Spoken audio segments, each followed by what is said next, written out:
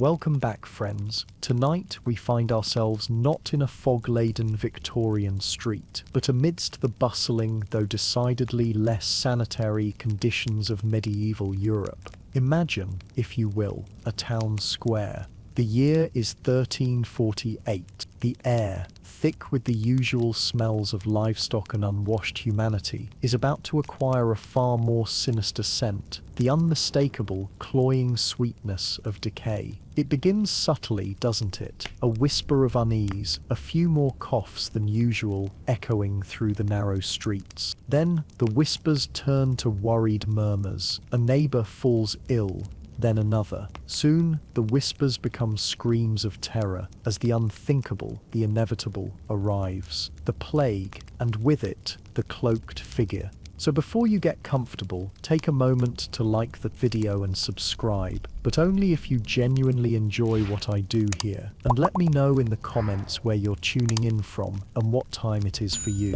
It's always fascinating to see who's joining us from around the world. Now dim the lights, maybe turn on a fan for that soft background hum. Let's ease into tonight's journey together. Now, when we think of the Black Death, we often conjure up the image of the plague doctor, but it's crucial to understand that these figures weren't present at the very beginning. The plague started as a terrifying, invisible enemy. It spread rapidly, its origins unknown, its cure unfathomable.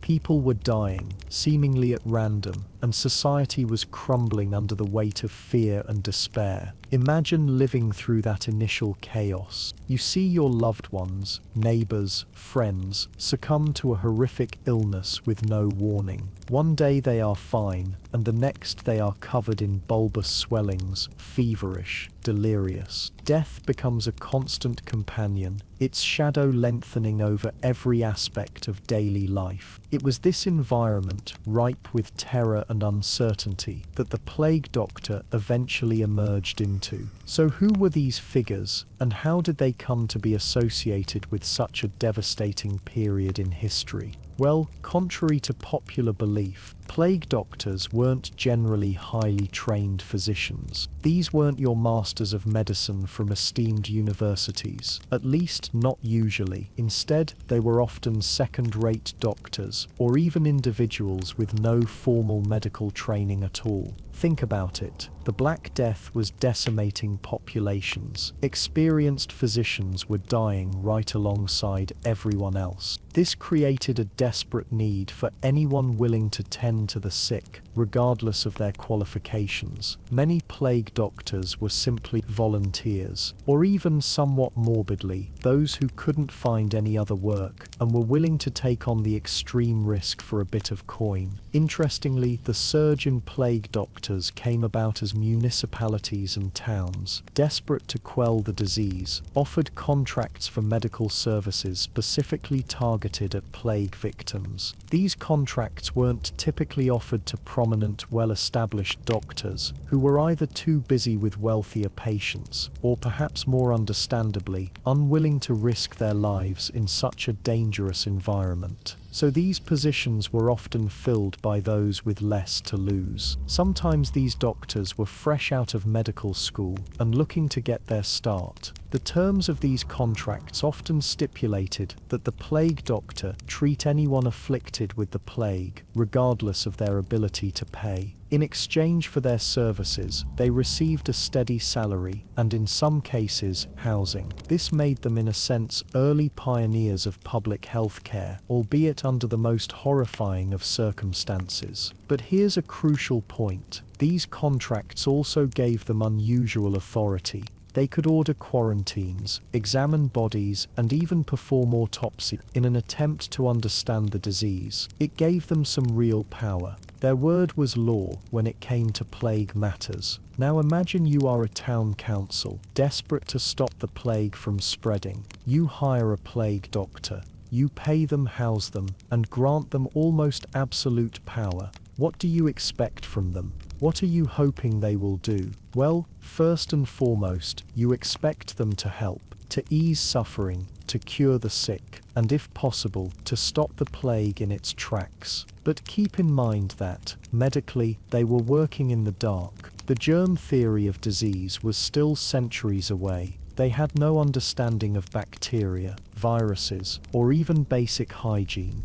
Their treatments were often based on ancient theories, folklore and superstition, which leads us to a rather uncomfortable truth. Many of the plague doctors' methods were ineffective. To put it mildly, bloodletting, purging, applying leeches, these were common practices, based on the misguided belief that the plague was caused by an imbalance of bodily humors. They would try to rebalance the body through these methods, but they were all, of course, based on incorrect information. They often did more harm than good. However, it's also important to understand the intent behind these treatments. These doctors weren't intentionally trying to harm their patients. They genuinely believed they were helping. They were operating with the limited knowledge they had, in a time of unimaginable fear and desperation.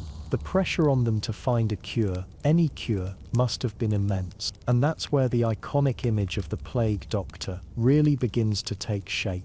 Because facing a disease they didn't understand, armed with ineffective treatments, and tasked with saving a society on the brink of collapse, they needed something more. They needed a symbol, a way to inspire confidence, to project authority, and perhaps most importantly, to protect themselves from the perceived dangers of the plague. And so the cloaked figure, with its distinctive mask and long coat, became a fixture of the medieval landscape, a grim reminder of the devastation wrought by the Black Death, and a fascinating, if somewhat unsettling, figure in medical history. We'll delve deeper into the meaning and construction of that mask, and the rest of their strange garb in the next section. Until then, sleep well. So you see this imposing figure, right? The plague doctor. But what exactly did these mysterious figures know? How did they even learn to be doctors in the first place? Well, let's dim the lights a little and settle into the dusty archives of medical history and find out. Take a nice deep breath. It's going to be all right. Now just picture it. We're not talking about gleaming modern medical schools here.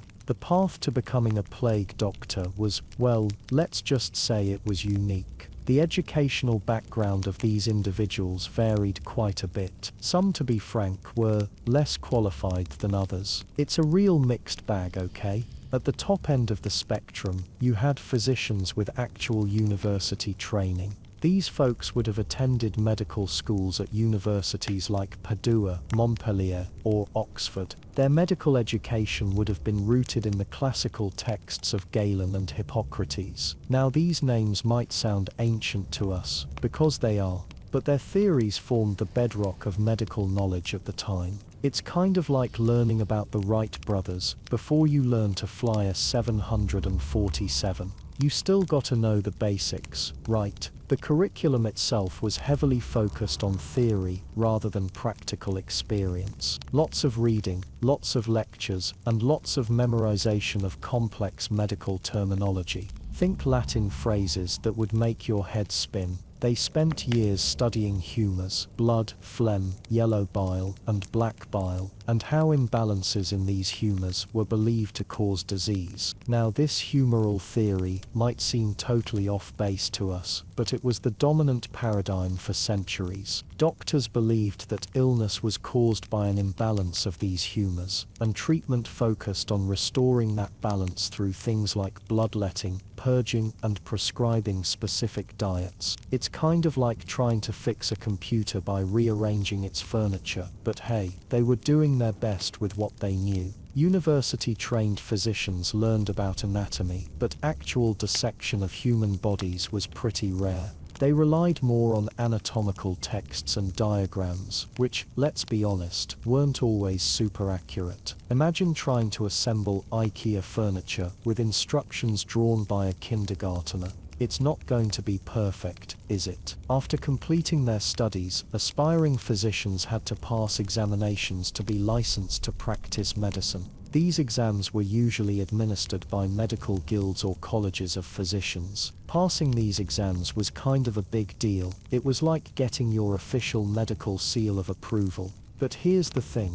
Not all plague doctors had this kind of formal education. Many were what you might call self-taught, or had learned through apprenticeships. You see, during plague outbreaks, trained physicians were in high demand, but there simply weren't enough of them to go around. So local authorities often hired individuals with some medical knowledge, or even just a willingness to help, to serve as plague doctors. Desperate times, right? These less formally trained doctors might have a background as apothecaries, pharmacists, surgeons, or even barbers. Now, barbers in the medieval and Renaissance periods weren't just cutting hair. They also performed minor surgical procedures like bloodletting and wound dressing. It was kind of a weird mashup of services, like going to a car wash that also offered dental work. So these individuals would have had some basic knowledge of anatomy, wound care, and herbal remedies. But their understanding of disease was often limited to the prevailing theories of the time: miasma, bad air,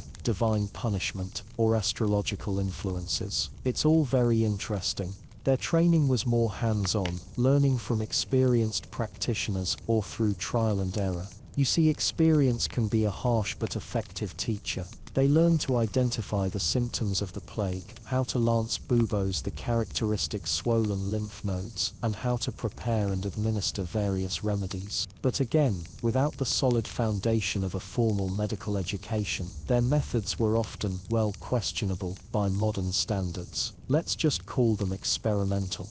And then there was the real bottom of the barrel, those who were essentially quacks or charlatans. You get this in every profession, don't you? These individuals might have had no medical training whatsoever, but saw the plague as an opportunity to make a quick buck. They sold bogus cures, peddled useless amulets, and preyed on the fears and desperation of the population. It's awful, I know. These were the guys who were more concerned with lining their pockets than with actually helping people. They'd promise miracle cures that were, of course, totally ineffective. Imagine buying a magic potion that was basically just colored water. Only the stakes were life or death. Awful. It's important to remember that even the best trained physicians of the time were operating with limited knowledge and tools. The germ theory of disease wasn't widely accepted until the late 19th century, so they didn't understand the true cause of the plague. They didn't know about bacteria, viruses, or the role of fleas and rats in spreading the disease. Their treatments were often based on flawed theories and outdated practices. Bloodletting, for example, was a common treatment for a wide range of ailments, including the plague. The idea was to remove excess blood, which was believed to be causing the imbalance of humours. But in reality, bloodletting often weakened patients and made them more vulnerable to infection. Herbal remedies were another mainstay of treatment. Plague doctors used a variety of herbs and spices, like garlic, rosemary, and juniper, to try to combat the disease. Some of these remedies might have had some mild antiseptic or anti-inflammatory properties, but they were largely ineffective against the plague. One thing that's overlooked is documentation. Some doctors were very keen record keepers, documenting the symptoms, the progression of the disease, and the outcomes of their treatments. This allowed them, and those after them, to learn from their experiences, even if their theories were flawed. These records provide valuable insights into the realities of the plague and the challenges faced by those who fought against it. It also helped them decide what superstitious treatments were definitely non-effective. So, what knowledge did plague doctors really possess? Well, it was a mixed bag of classical learning, practical experience, and sometimes outright quackery. They were operating in a time of great uncertainty and limited medical knowledge, doing their best to combat a terrifying disease with the tools they had available. They weren't heroes necessarily, but they were trying to help, and their efforts, even when misguided, helped to shape the development of medicine and public health in the centuries that followed. So, next time you see that iconic image of the plague doctor, remember the complex and often contradictory story behind their education and training. Okay? Close your eyes, let it all sink in. Alright then, let's delve into the mystique of the plague doctor's mask, shall we? More than just a quirky fashion statement, this beaked visage was a vital tool, born from a blend of medical theory, aromatic necessity, and perhaps a touch of theatrical flair. So snuggle in, and let's learn something together. The prevailing medical understanding of the time, you see, centered around the concept of miasma. Essentially, it was believed that diseases, particularly the plague, spread through bad air, poisonous vapors that emanated from decaying matter, rotting corpses, and generally unsanitary conditions. Think of it as airborne evil, a tangible presence that could seep into your lungs and corrupt your very being. It sounds scary, right? Well, the people of the day certainly thought so. Given this theory, the plague doctor's primary defense was to avoid breathing in this noxious air. Hence the mask, designed not as a simple filter, but as a portable air purification system. And that beak? That wasn't just for show. Oh no, it was the crucial component. These beaks were not uniform, but rather varied in shape and size depending on the craftsman and the doctor's personal preferences. However, the basic design principle remained the same. A hollow cavity, long enough to extend over the nose and mouth, and packed with a carefully selected assortment of aromatic substances. Imagine, if you will, a bird's beak, perhaps that of a crow or an eagle, but crafted from leather, often waxed for added protection and a somewhat imposing sheen, and nestled within that beak, a veritable potpourri of pungent ingredients awaited. What exactly were these ingredients? Well, recipes varied, but common components included dried flowers, roses, carnations, and lavender were popular choices, prized for their sweet floral scents. They were thought to counteract the foul odors of the plague and provide a more pleasant breathing experience for the doctor. After all, tending to the sick is hard enough without having to breathe in horrible smells. Herbs and spices, aromatic herbs like rosemary, thyme, mint and sage were frequently included, valued for their purported medicinal properties and strong cleansing scents. Spices such as cloves, cinnamon, and myrrh added warmth and complexity to the blend, acting as both a barrier against miasma and a stimulant to the senses. Camphor. This crystalline compound, derived from the camphor tree, was highly regarded for its antiseptic and insect repellent properties. Its strong penetrating odor was believed to purify the air and ward off disease-carrying pests. Vinegar sponge. Some masks incorporated a sponge soaked in vinegar, which was placed at the base of the beak or near the nostrils. Vinegar was considered a powerful disinfectant and was thought to neutralize harmful vapors. Ambergris or balm. More luxurious recipes might include ambergris, a waxy substance produced by sperm whales, or fragrant balms, adding a touch of opulence and further masking unpleasant smells. The precise arrangement of these ingredients within the beak also varied. Some doctors used a layered approach, placing different substances in separate compartments or wrapping them in cloth pouches. Others simply mixed everything together in a fragrant jumble. Regardless of the method, the goal was the same: to create a concentrated zone of aromatic protection around the doctor's face. But the beak wasn't the only important part of the mask's construction. The mask itself, typically made of leather or waxed cloth, covered the entire face, with eye holes protected by glass lenses. These lenses, often tinted, served a dual purpose, shielding the eyes from the glare of the sun or candlelight, and providing a somewhat distorted view of the world, perhaps adding to the plague doctor's unsettling aura. The mask was secured to the head with straps or cords, ensuring a tight fit to minimize air leakage. Some masks included a built-in hood that extended over the head and shoulders, providing additional protection. It wasn't exactly the most comfortable thing in the world, but it provided as much protection as possible, all things considered.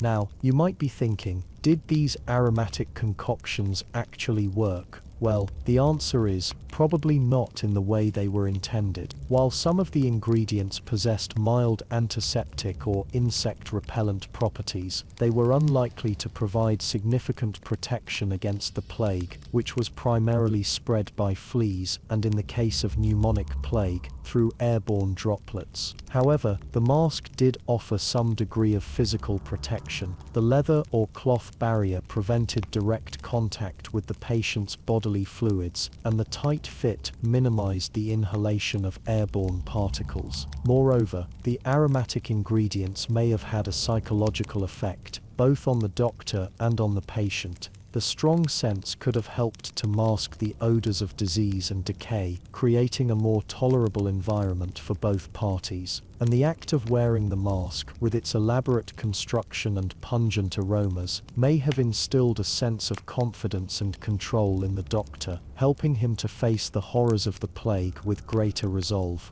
In essence, the beak-filled mask was a powerful symbol, representing the plague doctor's commitment to fighting disease, his willingness to confront the unknown, and his belief in the power of aromatic protection. And while it may not have been a perfect defense against the plague, it served as a crucial psychological tool and offered a tangible barrier against the invisible threat of miasma. It may have even kept the doctor from touching their face, which is always a good thing. Moreover, think about the impression it made on those around them. This eerie figure, cloaked and masked, must have been quite a sight, adding to the mystique and fear surrounding the plague itself. Did it inspire hope? Fear? Probably a bit of both, depending on who was doing the looking. So the next time you see an image of a plague doctor, remember that the beaked mask is more than just a spooky costume. It's a window into a world of medical theory, aromatic remedies, and the desperate struggle to survive in the face of unimaginable horror. And now, perhaps we should explore those long dark robes and discover what secrets they may hold.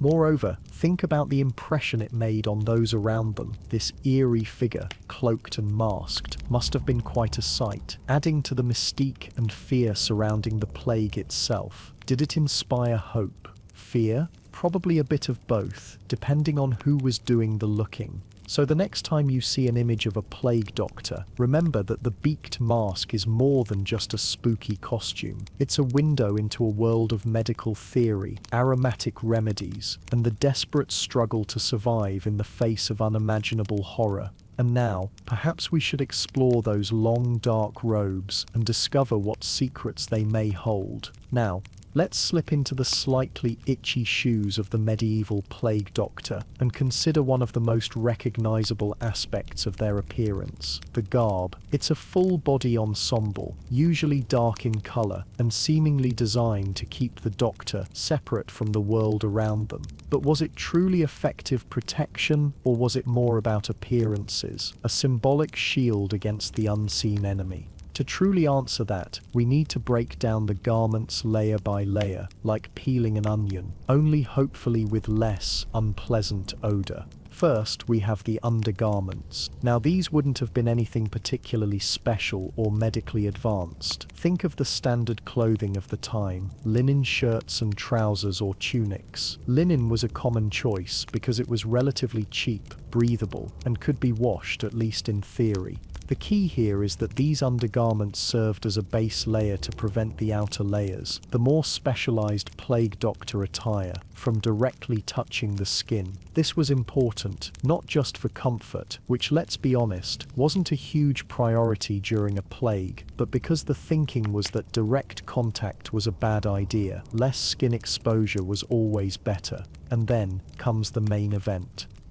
The robe. This was the core of the plague doctor's outfit. It was typically a long ankle-length coat, often made of heavy waxed canvas or leather. Waxed canvas was popular because the wax would essentially create a water-resistant barrier. The robe was meant to encase the entire body, from neck to ankles, providing a physical barrier against the miasma, which, remember, was the prevailing theory about how the plague spread, that bad air was the culprit. The heaviness of the material was no accident either. It was thought that the denser the fabric, the harder it would be for the plague to penetrate. Makes sense, right? The sleeves of the robe would be long and fitted, usually tied at the wrists to ensure a snug fit, minimizing any gaps where the tainted air could sneak in. The robe would often be buttoned or tied closed at the front, again, with the aim of creating a completely sealed environment. The goal here was full body coverage, like a medieval hazmat suit, albeit one made with the materials and knowledge available at the time.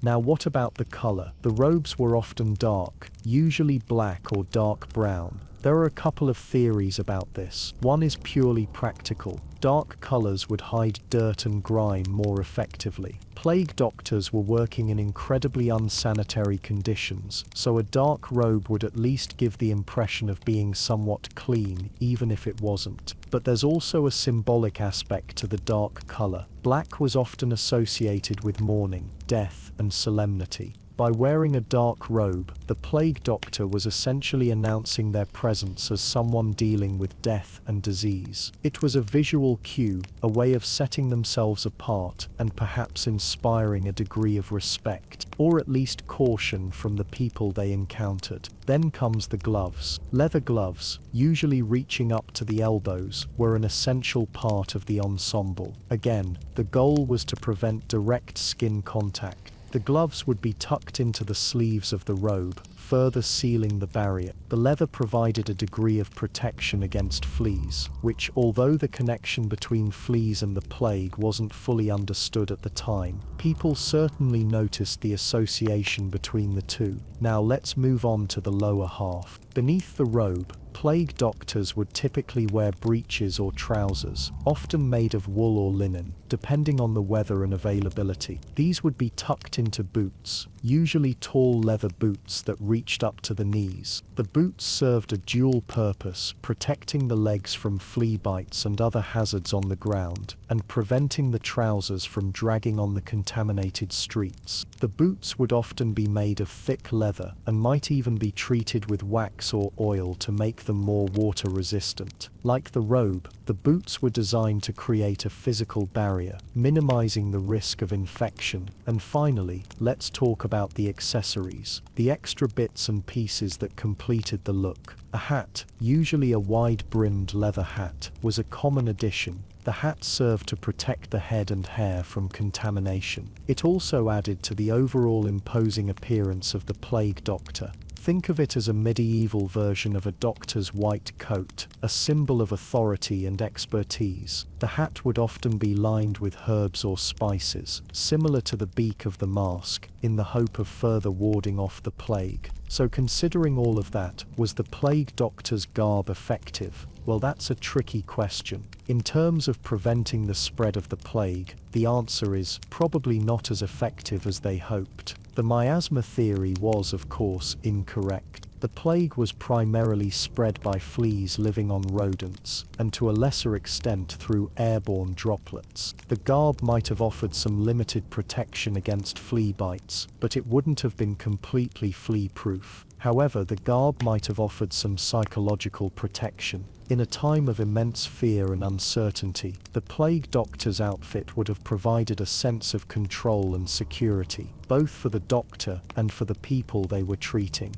For the doctor, it was a way of feeling like they were doing something to protect themselves, even if the actual protection was limited. For the patients, the sight of the plague doctor, in their full garb, might have inspired a degree of confidence, or at least the sense that someone was taking the situation seriously. And let's not underestimate the power of placebo. The belief that the garb was protective, even if it wasn't entirely true, might have had a positive impact on the doctor's morale and their ability to do their job. It's also important to remember that the plague doctors weren't just relying on their garb. They were also using other methods to try and protect themselves, such as avoiding close contact with infected individuals, burning incense to purify the air, and consuming herbal remedies to boost their immune systems, although the effectiveness of these measures is questionable. So in conclusion, the plague doctor's garb was likely a combination of practical protection and symbolic representation. It wasn't a perfect solution,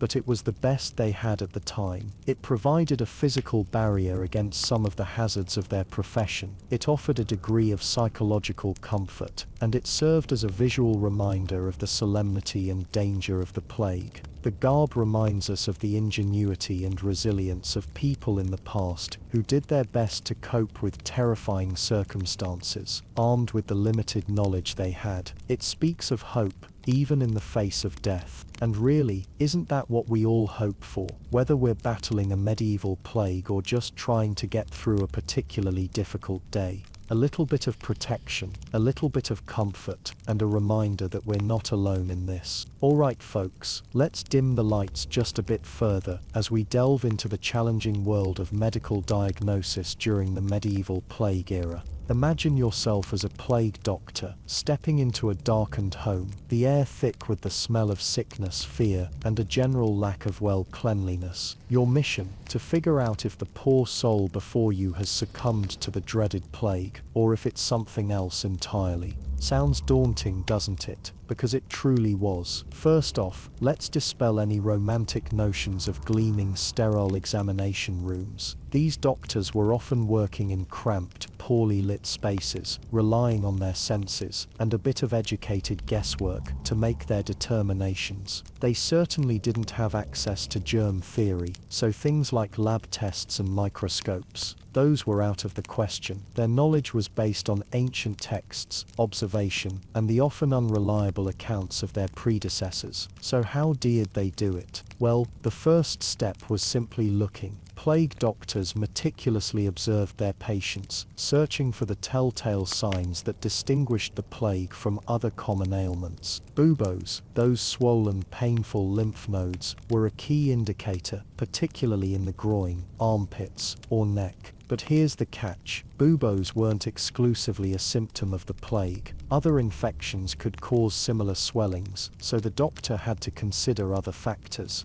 They also looked for other skin manifestations. Plague victims often developed petechia, tiny pinpoint-sized hemorrhages under the skin, caused by blood vessel damage. These could appear as a rash or as small dark spots. They were also on the lookout for carbuncles, severe skin infections that could develop as secondary complications of the plague. Of course, skin conditions could have a variety of causes, so context was always crucial. But sight wasn't the only sense they relied on. They also paid careful attention to the patient's overall demeanor. Was the person feverish? Were they delirious or confused, weak and lethargic? These were all general indicators of illness, but they provided important clues. Plague doctors were trained to note even the smallest details, the way the patient breathed, the color of their face, even the expression in their eyes. Did their eyes look distant and glazed over? Did the patient cough or sneeze? They checked the patient's complexion. Yellowish hues meant liver issues or jaundice. Darkened skin could be a sign of advanced illness. The next step involved palpation. That's a fancy way of saying feeling around. Plague doctors would carefully palpate the patient's body, checking for those telltale buboes, enlarged spleens, or areas of tenderness. This was a risky process, of course, as direct contact with the patient could increase the risk of infection. But they did use the aforementioned canes at times for a bit of social distance while examining. Remember, these buboes were incredibly painful to the touch, and their location and size could offer valuable clues. Sometimes the swelling meant the disease was in its early stages. Then came auscultation, listening to the patient's body sounds. While stethoscopes weren't yet in use, plague doctors would place their ear directly on the patient's chest to listen to their breathing. Wheezing, rattling, or gurgling sounds could indicate lung involvement, a sign of pneumonic plague, the deadliest and most contagious form of the disease. They may have also sniffed the patient's breath, looking for any unusual odors. A sweet or fruity smell could mean diabetes, while a foul odor might indicate a lung infection. In addition to physical examination, plague doctors relied on anamnesis, taking a detailed history of the patient's symptoms. They'd ask about the onset of the illness, its progression, and any other symptoms the patient was experiencing. They inquired about any recent travel, contact with other sick people, or exposure to rodents. They'd even ask about the patient's diet and lifestyle, hoping to uncover any clues that could help them make a diagnosis. Distinguishing the plague from other illnesses was a constant challenge, and many common conditions presented similar symptoms. For example, typhoid fever could cause fever, headache, and abdominal pain, mimicking some of the early signs of the plague. Dysentery could cause diarrhea and dehydration, resembling the intestinal form of the disease. Even simple infections could produce fever and swelling, leading to confusion. They even had to figure out who was just faking it to get out of doing labor. To further complicate matters, plague doctors often faced language barriers and cultural differences when dealing with patients from diverse backgrounds. They had to learn to communicate effectively, even without a shared language, relying on gestures, interpreters, and their own powers of observation. And they had to navigate the superstitions and folk beliefs of the time, which often influenced how patients presented their symptoms and responded to treatment. They also had to differentiate between types of plagues. Bubonic was characterized by those buboes, septicemic was characterized by blood poisoning and internal organ failure, and pneumonic was characterized by respiratory infection and airborne transmission.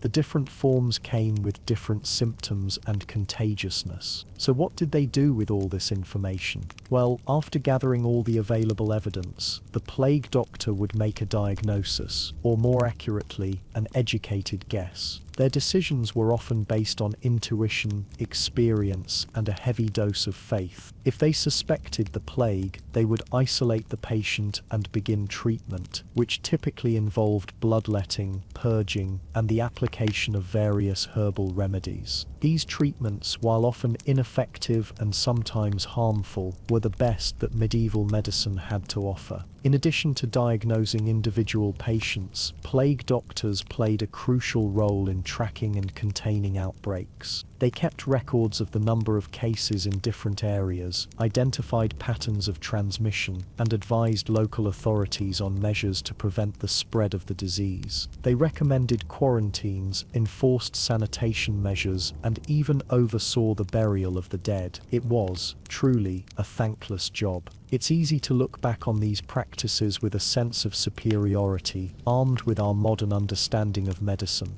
But it's important to remember that plague doctors were doing the best they could with the knowledge and tools available to them. They faced unimaginable challenges, risking their lives every day to care for the sick and protect their communities. And hopefully, as you drift off, you will sleep soundly, knowing how far we've come. All right, settle in everyone. Now that we've seen how a plague doctor might identify the plague, let's talk about what they actually did once they had a diagnosis. And, well, brace yourselves. Some of it isn't pretty or effective. In fact, a lot of it was downright harmful. One of the most common and frankly terrifying treatments was bloodletting. The theory behind this, you see, was rooted in the ancient Greek idea of the four humours: blood, phlegm, yellow bile, and black bile. The idea was, in a healthy person, these four humours were in perfect balance. But when someone got sick, it meant one or more of these humours was out of whack. The plague, naturally, was seen as a major imbalance, and bloodletting was thought to restore the equilibrium, like a kind of bodily reset button.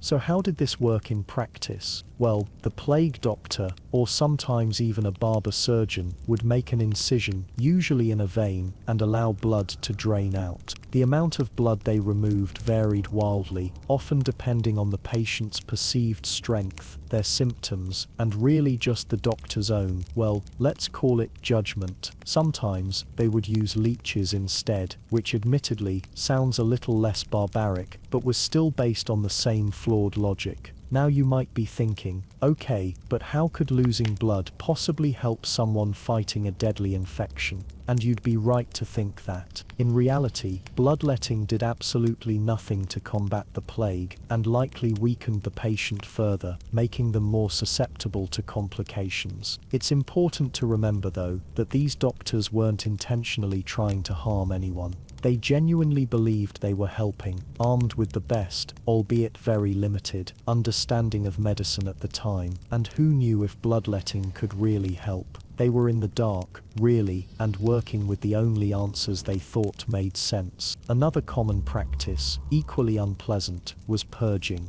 This involved inducing vomiting or diarrhea, again, with the goal of expelling the bad humors from the body. Various substances were used for this, some relatively mild, others less so. Emetics, to cause vomiting, might include things like strong herbal concoctions, or, in more extreme cases, even toxic substances. Purgatives, to induce diarrhea, could range from senna and rhubarb to more aggressive options like, well, let's just say things that would really get your digestive system moving. The logic, or lack thereof, was the same as with bloodletting: get the bad stuff out. Of course, just like bloodletting, purging did nothing to address the underlying infection, and only served to dehydrate and weaken the patient, again making things far worse. Imagine already feeling incredibly sick, then being forced to endure violent vomiting or uncontrollable diarrhea. It's a truly awful thought, isn't it? Now it's easy for us, sitting here with our modern medical knowledge, to look back and criticize these practices, but it's crucial to remember the context. These doctors were facing a terrifying, mysterious disease with limited tools and even more limited understanding. They were desperate to do something, anything, to help their patients, and they were operating within a framework of medical theory that, while completely wrong, was the accepted wisdom of the time. It is worth noting that some of the more astute doctors did notice that these drastic measures didn't seem to be helping. Some even questioned the prevailing humoral theory, but challenging established medical dogma wasn't easy or safe, and alternative explanations were scarce. Often these observations were dismissed or ignored in favor of sticking to what everyone thought they knew. So, if things weren't improving, there wasn't much to be done for the patient. So why did these treatments persist for so long, even when they were clearly ineffective? There are a few reasons. Firstly, there was the power of tradition. Medical practices, once established, tended to be passed down through generations, often without critical examination. Secondly, there was the placebo effect. Even if a treatment didn't actually work, some patients believed it would, and that belief could sometimes provide a small measure of comfort or even temporary relief. And thirdly, there was the simple fact that the plague, in many cases, ran its course regardless of what doctors did. Some patients recovered, not because of bloodletting or purging, but because their own immune systems were strong enough to fight off the infection. In those cases, it was easy to attribute the recovery to the treatment, reinforcing the belief that it was effective, when in reality, it was just a coincidence, a deadly coincidence. It's also important to note the social and economic factors at play. Plague doctors were often employed by cities or wealthy families, and there was an expectation that they would do something to earn their keep.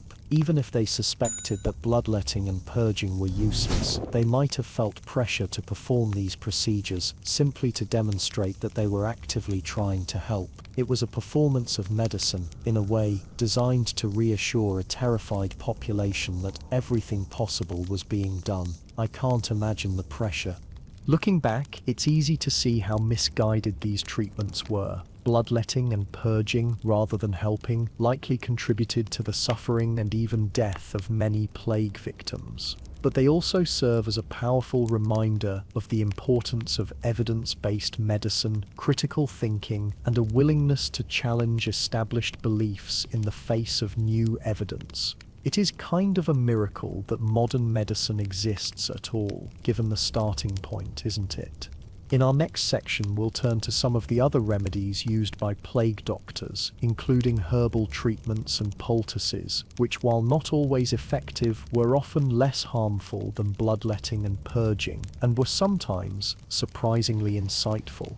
Now let's delve into the world of herbal remedies and poultices, nature's very own pharmacy, if you will. In a time long before modern medicine as we know it, when synthetic drugs and complex chemical compounds were just whispers of the future, plant-based medicines were the cornerstone of plague doctor treatments. It's easy to dismiss these remedies as mere superstition, or at best, ineffective. But let's take a closer look and see what these doctors were actually using, and ponder whether there was any real method to what might seem like madness. Think about it for a moment. These doctors didn't have access to the vast libraries of medical knowledge we have today, or the sophisticated laboratory equipment to analyze and test the efficacy of different compounds. They relied heavily on traditional knowledge, passed down through generations, on the properties of different herbs and plants. This knowledge was often a blend of empirical observation, folklore, and, let's be honest, a healthy dose of wishful thinking.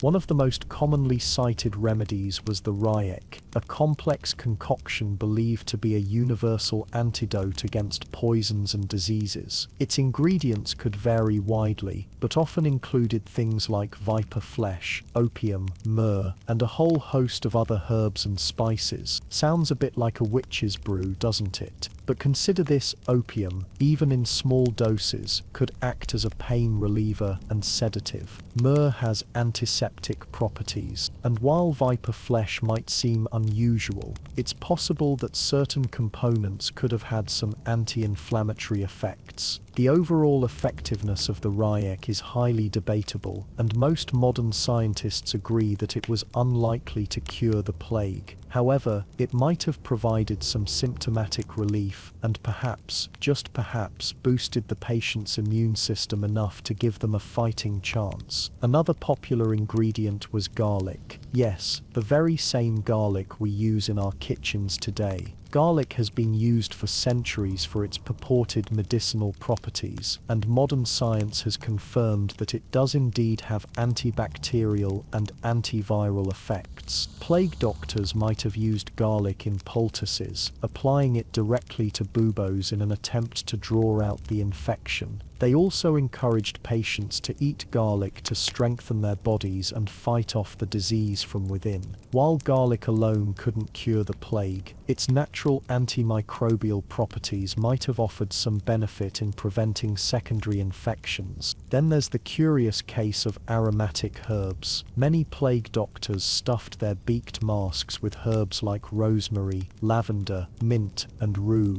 We talked about this in the previous sections, but the reason wasn't just to mask the stench of death and decay, although that was certainly a factor. These herbs were believed to purify the air and protect against the miasma, the noxious air believed to spread the plague. Now, we know that the miasma theory was wrong. The plague was actually spread by fleas carrying the Yersinia pestis bacterium. But even though the theory was incorrect, the practice of using aromatic herbs might have had some unintended benefits. Many of these herbs contain volatile oils with insect repellent properties, so while the herbs weren't directly fighting the plague, they might have helped to keep fleas away, reducing the risk of infection. It's a fascinating example of how a mistaken belief could lead to a practice with some degree of practical value. Poultices were another common method of treatment. These were essentially soft, moist masses of herbs and other ingredients applied directly to the skin, often to the buboes. The ingredients varied widely depending on the doctor and the region, but common components included things like onions, yeast, clay, and various herbs. The idea was that the poultice would draw out the infection, reduce inflammation, and promote healing. Let's consider the potential benefits of these poultices. Onions, like garlic, have some antimicrobial properties. Yeast could potentially stimulate the immune system. Clay might have helped to absorb fluids and reduce swelling. and certain herbs could have had anti-inflammatory or pain-relieving effects. Again, it's unlikely that these poultices could cure the plague, but they might have offered some symptomatic relief and potentially aided the body's natural healing processes. It's important to remember that plague doctors weren't working in a vacuum. They were part of a larger medical tradition that included barber surgeons, apothecaries, and midwives. These different practitioners often shared knowledge and collaborated on treatments. Apothecaries, for example, were responsible for preparing and dispensing many of the herbal remedies used by plague doctors. They had extensive knowledge of different plants and their properties, and they played a crucial role in providing the raw materials for these treatments. So were these herbal remedies and poultices effective? The honest answer is, it's complicated. There's little to no scientific evidence that these treatments could directly cure the plague. The Yersinia pestis bacterium is a formidable foe, and it requires powerful antibiotics to eradicate it. However, it's possible that some of these remedies might have provided some symptomatic relief, prevented secondary infections, or boosted the patient's immune system enough to give them a slightly better chance of survival. And let's not forget the psychological impact of these treatments. In a time of great fear and uncertainty, the act of receiving treatment, even if it was ineffective, could have provided some comfort and hope to the patient. Sometimes simply believing that you're being helped can have a powerful effect on your overall well-being. Ultimately, the use of herbal remedies and poultices by plague doctors reflects a combination of traditional knowledge, empirical observation, and perhaps a bit of desperation. They were working with limited tools and information, and they were doing their best to combat a terrifying and deadly disease. While their methods might seem primitive by today's standards, they offer a fascinating glimpse into the history of medicine and the enduring human desire to find cures in the natural world around us. Perhaps there were lessons to be learned by trial and error that later helped improve medicine. Alright friends, let's settle in and gently explore the medieval world of plague doctors, specifically how they attempted to control the spread of the disease through quarantine and social distancing. Now, these methods weren't exactly scientific by today's standards, but they were often the best that could be done given the knowledge, or lack thereof, of the time. So imagine a city gripped by fear, right? The plague is raging, people are dying left and right, and everyone is desperate for a way to stop it. One of the first, and most drastic, measures taken was often isolating the sick.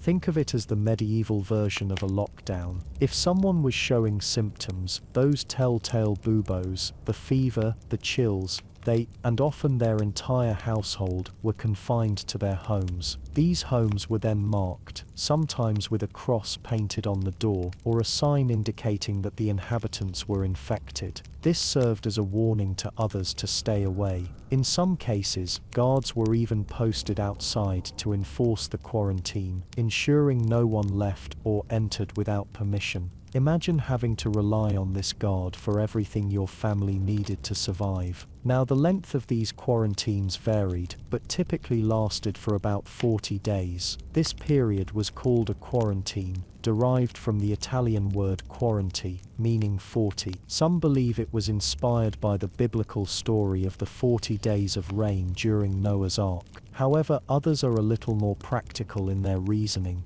This length was believed to be sufficient for the disease to run its course, or for the infected to either recover or, well, succumb. Brutal but realistic, even if it was a bit of a guess. But how effective was this enforced isolation? Well, that's a bit complicated. On one hand, it definitely helped to slow down the spread of the plague by limiting contact between the sick and the healthy. On the other hand, it created a whole host of other problems. For one thing, it was incredibly difficult to enforce, especially in densely populated cities. People were desperate, and some would try to sneak out to find food or to visit family members. Imagine trying to keep a whole family inside, in cramped conditions with limited resources for weeks on end. It was a recipe for social unrest, to say the least. And of course, there was the issue of supplies. How did quarantined families get food and water?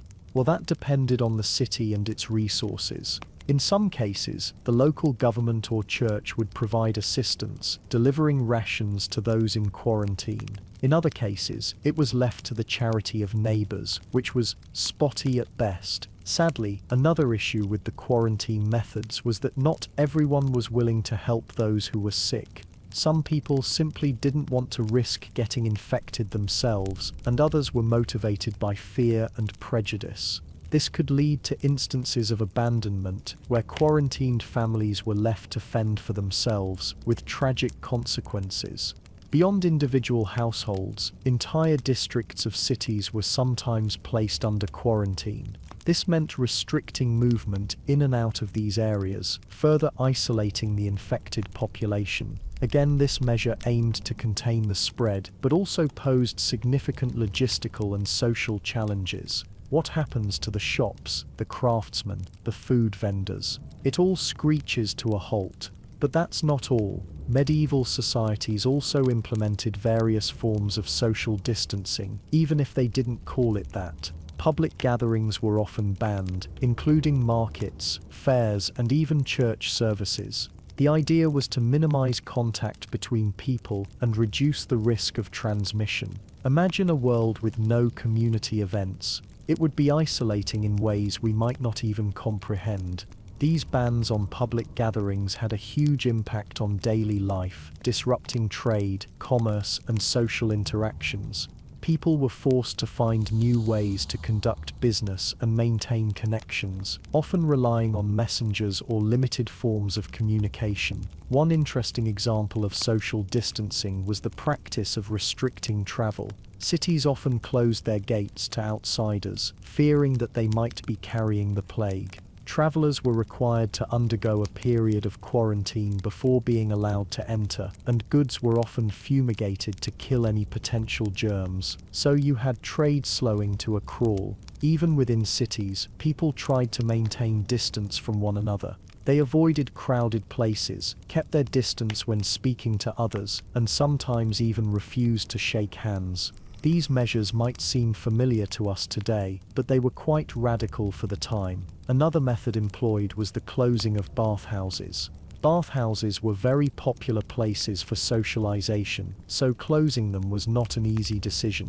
However, medical experts believed that the close proximity of bathers and shared water could easily spread the disease. Closing them, while unpopular, was another form of social distancing. Theaters, places of entertainment, were also closed down during plague outbreaks. Large groups of people gathered in close proximity, which made the theaters potential hotspots for transmission. This had a huge impact on the actors, playwrights, and the population who sought relief in their stories. The shows could not go on. Schools were also frequently closed, preventing children from gathering and potentially spreading the disease. While this may seem like a logical step, it disrupted education and had long-term consequences for the affected students. And what about something as simple as getting your hair cut? Barber shops were often closed as well. Barbers were thought to be particularly at risk because they were in close proximity to many different people every day. These closures could lead to a variety of problems, not the least of which was an increasingly hirsute population. Now, it's important to remember that these quarantine and social distancing measures were not always based on a clear understanding of how the plague spread. Medieval people didn't know about bacteria or viruses, so they relied on other explanations such as bad air or divine punishment. However, even without scientific knowledge, they were able to observe that limiting contact between people could help to slow down the epidemic. Even with all these measures, the plague still managed to spread, causing immense suffering and death. But these efforts weren't entirely in vain. They did buy some time, reduce the rate of transmission, and ultimately help to save lives. They also provided valuable lessons about the importance of public health measures in controlling infectious diseases. These historical methods of dealing with plagues really teach us something about the ingenuity of humanity and how far we've come in controlling outbreaks. I think that's worth remembering before we drift off for the night. Sweet dreams. And now, let's don our metaphorical beaked masks and step into the role of the plague doctor as a meticulous scribe. Forget the bubbling beakers and questionable cures for a moment. We're diving into their crucial role as record keepers during times of unimaginable crisis. Picture it. The stench of sickness hangs heavy in the air, the streets are eerily quiet, and the only sounds are the mournful tolling of church bells and the shuffling footsteps of those still brave enough to venture out. Amidst this grim tableau, the plague doctor, clad in their protective gear, makes their rounds, not just treating the afflicted but diligently documenting their observations. But why, you might ask, would a plague doctor, already burdened with the immense task of caring for the sick and dying, bother with record keeping? Well, the answer lies in a combination of factors: a nascent scientific curiosity, a desire to understand the disease, and the very practical need to track its spread and effectiveness of treatments. Unlike the modern scientific method we know today, medical knowledge in the medieval and early modern periods was often a hodgepodge of observation, tradition, and, well, frankly, some outright superstition. There was no real consensus about what caused disease or how to treat it, and the plague in particular was shrouded in mystery. Was it divine punishment? Bad air? An imbalance of humors? Nobody knew for sure. In this environment, data was power. By meticulously recording symptoms, treatments, and outcomes, plague doctors hoped to identify patterns, test theories, and ultimately gain a better understanding of the disease. Their notes, often scribbled in Latin or the local vernacular, offer us invaluable insights into the realities of life and death during those terrifying times. So what exactly did these records look like?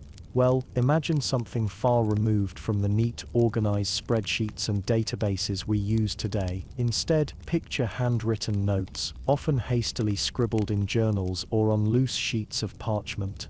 These documents, sometimes bound into makeshift ledgers, were often messy, disorganized, and incomplete, but they represent a remarkable effort to make sense of chaos. These records typically included a variety of information. First and foremost, they documented the patient's symptoms. The presence of buboes, the characteristic swollen lymph nodes, was of course a key indicator of the bubonic plague. But doctors also recorded other symptoms, such as fever, chills, vomiting, diarrhea, and the presence of skin lesions or rashes. They might also note the patient's overall condition: were they alert and responsive, or delirious and weak? Beyond the physical symptoms, doctors also tried to gather information about the patient's background and circumstances. Where did they live? What was their occupation? Had they been in contact with other known cases of the plague? This type of information was crucial for tracking the spread of the disease and identifying potential sources of infection. Of course, no record would be complete without documenting the treatments that were administered. Plague doctors employed a variety of remedies, ranging from bloodletting and purging to the application of herbal poultices and the administration of various concoctions. They carefully noted which treatments were used and whether they appeared to have any effect on the patient's condition. And then, of course, there was the final grim outcome: did the patient survive, or did they succumb to the disease? This information was essential for assessing the effectiveness of different treatments and identifying factors that might influence survival rates. Now, you might be wondering, how accurate and reliable were these records? Well, it's important to remember that these doctors were working under incredibly difficult circumstances, often with limited resources and a very basic understanding of disease. Their diagnoses were sometimes inaccurate, their observations incomplete, and their treatments often ineffective. Furthermore, personal biases and beliefs could also influence their record keeping. A doctor who firmly believed in the theory of humoral imbalance, for example, might be more likely to emphasize symptoms that supported this theory, while downplaying others. And of course, there was always the temptation to exaggerate the effectiveness of one's own treatments. Despite these limitations, the records of plague doctors provide a valuable window into the past. They offer us a glimpse into the daily lives of those who lived through these terrible epidemics, and they reveal the challenges and frustrations faced by the doctors who struggled to combat the disease. But how was this data actually used? Well, in the short term, it could help doctors to make more informed decisions about patient care. By tracking the effectiveness of different treatments, they could gradually refine their approaches and identify remedies that seemed to offer some benefit. More broadly, the data collected by plague doctors could be used to inform public health measures. By mapping the spread of the disease, authorities could identify hotspots and implement quarantine measures to try to contain the outbreak. The data could also be used to assess the effectiveness of these measures and make adjustments as needed.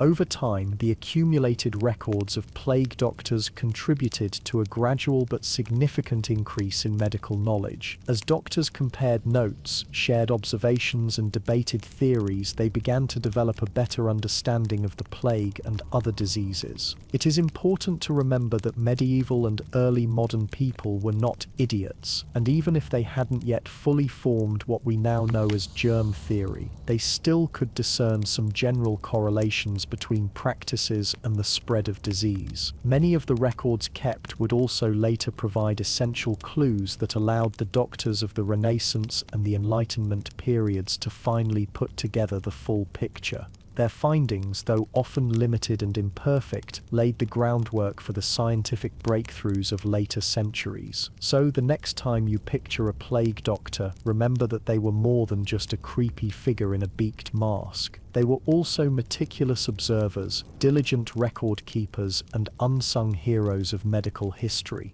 And their efforts to document the epidemic, however imperfect, helped to pave the way for a better understanding of disease and a healthier future for all. Navigating the murky streets of medieval towns and cities wasn't just a challenge for the average person. For plague doctors, it came with a unique set of problems, and these were problems that went far beyond the risk of catching the plague. Imagine you're a plague doctor, ready to start your rounds. You're probably not thinking about traffic or the weather. Instead, you're thinking about something much more serious, the social environment and how people may treat you. This was a time of immense social unrest. The plague wasn't just a disease, it was a social disruptor, and people reacted in unpredictable and often violent ways. One of the biggest challenges for plague doctors was simply the mistrust of the general populace. Many people didn't understand what caused the plague, and frankly, neither did the doctors. As we talked about earlier, medical knowledge was limited, so when cures didn't work or even made things worse like bloodletting, it added fuel to the fire of that growing mistrust.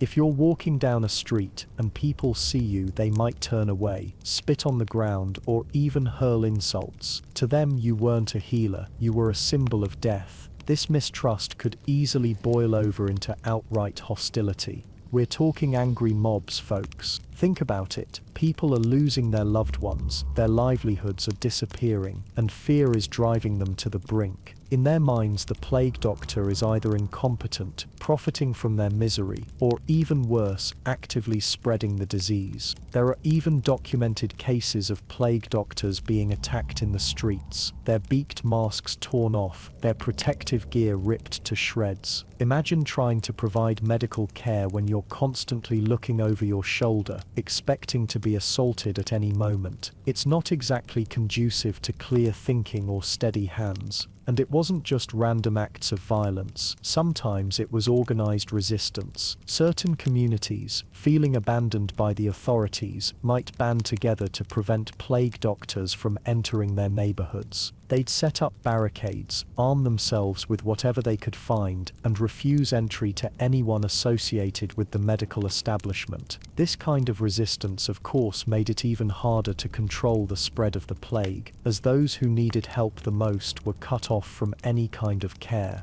Beyond the fear of physical violence, plague doctors also faced the constant threat of social ostracism. Nobody wanted to associate with someone who was so intimately connected to death and disease. Friends might distance themselves, family members might beg them to stay away, and even fellow medical professionals might treat them with suspicion. This social isolation could take a heavy psychological toll. Imagine the loneliness of knowing that you're doing your best to help people, but being treated as a pariah in return. The church, which held considerable sway over medieval society, also played a role in shaping public opinion about plague doctors. Some religious leaders viewed the plague as divine punishment for sin and argued that medical intervention was interfering with God's will. They encouraged people to focus on prayer and repentance rather than seeking medical help. This, of course, further undermined the authority of plague doctors and made their job even more difficult. Another layer of complexity came from the fact that plague doctors often had to enforce quarantine measures. As we discussed, quarantine was one of the few effective ways to slow the spread of the disease. But telling people they couldn't leave their homes, couldn't visit their families, and couldn't conduct business was never going to be popular. Plague doctors became the face of these restrictions, and as such they were often seen as the enemy, the enforcers of an unfair and unjust system. This was made worse by the fact that quarantine wasn't always applied fairly. The wealthy could often find ways to circumvent the rules, while the poor were forced to bear the brunt of the restrictions. This disparity created resentment and anger, which was often directed at the plague doctors who were tasked with enforcing the laws. And then there's the simple matter of grief. People were losing loved ones at an alarming rate, and they needed someone to blame. Plague doctors, as the most visible representatives of the medical establishment, often became the target of this displaced anger and grief. Even if a doctor did everything right, even if they provided compassionate care and did their best to alleviate suffering, they could still be met with hostility and resentment from those who had lost someone close to them. In addition to social unrest, plague doctors also had to navigate the complex political landscape of the time. In many cities, different factions were vying for power, and the plague became a political football. Some leaders might support the doctors, seeing them as a way to maintain order and control the epidemic. Others might undermine their efforts, either out of political spite or because they genuinely believed that the doctors were ineffective or corrupt. This political maneuvering could make it incredibly difficult for plague doctors to do their job. They might find themselves caught in the middle of power struggles, their resources cut off, their authority challenged, and their efforts sabotaged by those with their own agendas. The constant stress and fear of violence and social isolation took a heavy toll on the mental health of plague doctors. Many suffered from anxiety, depression, and burnout. They witnessed death and suffering on a daily basis, and they knew that they were constantly at risk of contracting the disease themselves. It's no wonder that some doctors eventually broke down under the pressure. And let's not forget the economic realities. While some plague doctors were well compensated for their work, others were essentially volunteers, scraping by on meager resources. They might have to beg for supplies, rely on the charity of others, or even put themselves and their families at risk to provide care for the sick. This financial insecurity added another layer of stress to an already incredibly challenging job. Despite all these challenges, many plague doctors persevered. They were driven by a sense of duty, a commitment to helping others, and a belief that even in the face of overwhelming odds, they could make a difference. They were the embodiment of resilience and compassion in a time of darkness and despair. So when you picture a plague doctor in their iconic mask and cloak, remember that they weren't just medical professionals. They were also social navigators, political players, and in many ways unsung heroes of a terrifying time in history. Alright friends, let's talk about the money. A question often asked is whether a plague doctor's was truly a lucrative position. The answer, as you might suspect, is a bit complex. It really depends on several factors: the severity of the plague outbreak, the location, and who exactly was paying the bill. Let's settle in and take a closer look.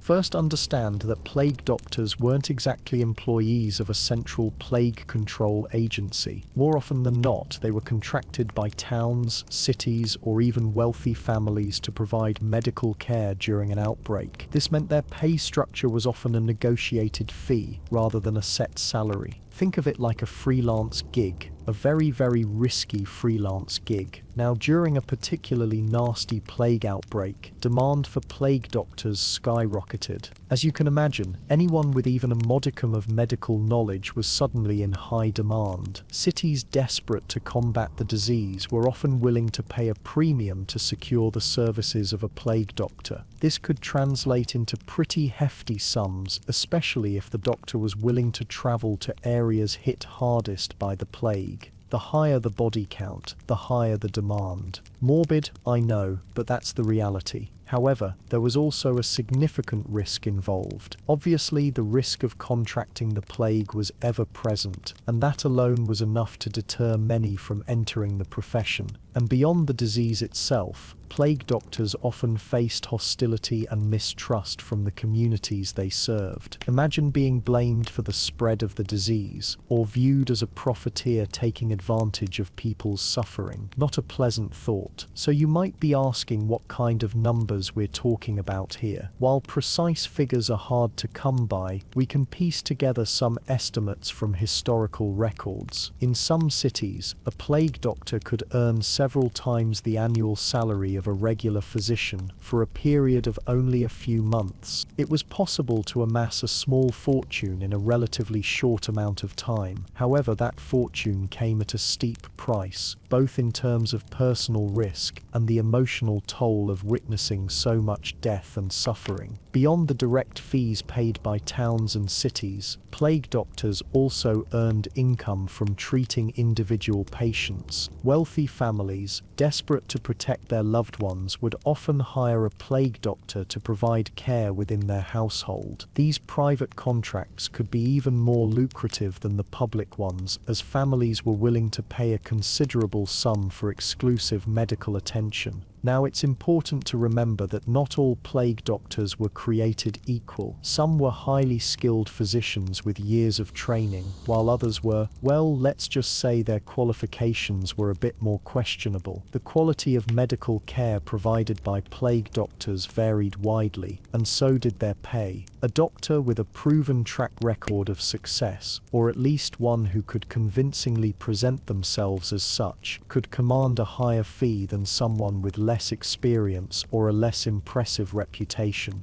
There's also the economic context to consider. During a plague outbreak, the overall economy of a city or region often suffered. Trade ground to a halt, businesses closed, and many people lost their jobs. This economic disruption could impact a plague doctor's ability to get paid, even if they had a contract. Cities might run out of funds, or families might be unable to pay their bills due to financial hardship. In some cases, plague doctors were forced to accept payment in goods or services rather than cash. Not exactly ideal, especially when you're trying to support your own family during a crisis. But there's also the fact that money wasn't always the primary motivator for every plague doctor. For some, it was a sense of duty, or a genuine desire to help those in need. Others may have been driven by a thirst for knowledge, or a desire to study the disease firsthand. And let's be honest, for some it was simply the only available means of employment during a time of widespread economic hardship. The financial realities of being a plague doctor extended beyond just their salary. They also had to factor in the costs of their protective gear, which could be considerable. The iconic beaked mask, the layers of clothing, the herbal remedies, all of these things cost money.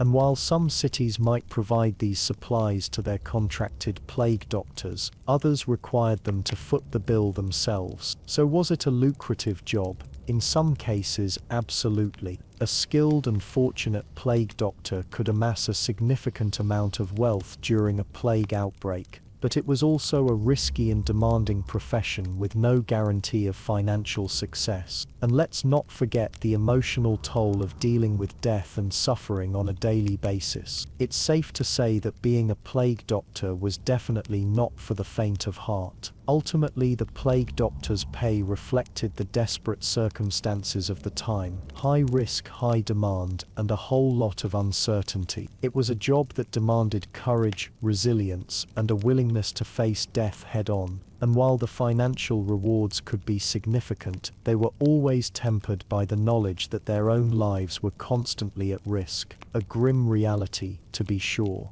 Now let's explore another aspect of their lives. How did the job affect their families? Alright friends, let's dim the lights a bit more, just so, and settle in to consider the toll this dangerous profession took on the plague doctor's personal life. It's easy to imagine these figures solely as isolated entities, bravely battling disease in the streets. But behind that beaked mask, beneath those layers of protective clothing, was a person, and very often that person had a family. A spouse, children, parents, people they loved, and people who depended on them. Now you might think that a plague doctor, earning a relatively good wage in a time of immense suffering, would be welcomed home with open arms each evening, and sometimes that was indeed the case. A wife might be grateful for the financial security, especially if other sources of income had dried up due to the plague's disruption of trade and commerce. Perhaps she saw her husband as a hero, selflessly risking his life to help others. A shared sense of purpose, a commitment to alleviating suffering, could certainly strengthen a marriage, binding the couple together in the face of unimaginable horror.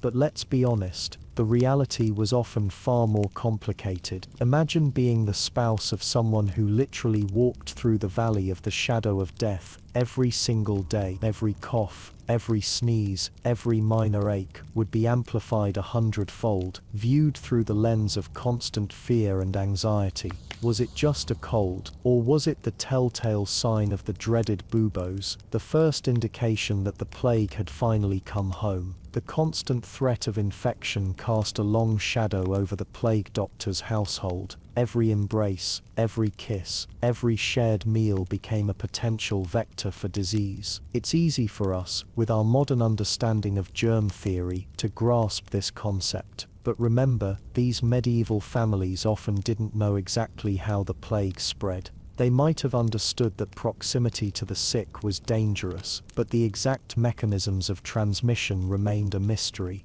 This uncertainty only heightened the fear and paranoia. Some plague doctors, driven by a desire to protect their loved ones, may have chosen to isolate themselves within their own homes, creating a sort of self-imposed quarantine. Separate sleeping quarters, separate eating utensils, limited physical contact. These measures, while potentially effective in reducing the risk of infection, must have been incredibly isolating and emotionally draining. Imagine the strain on a marriage, the distance that would grow between husband and wife, the longing for intimacy that could never be fully satisfied. Consider the children. A father who couldn't hug his children, who had to keep his distance, who was constantly shrouded in the scent of herbs and vinegar. What impact would that have on their young minds? Would they understand the reason for his detachment, or would they perceive it as rejection, as a lack of love? The emotional scars of growing up in the shadow of the plague, with a father who was both a hero and a potential source of danger, must have been profound. And then there was the very real possibility of bringing the plague home.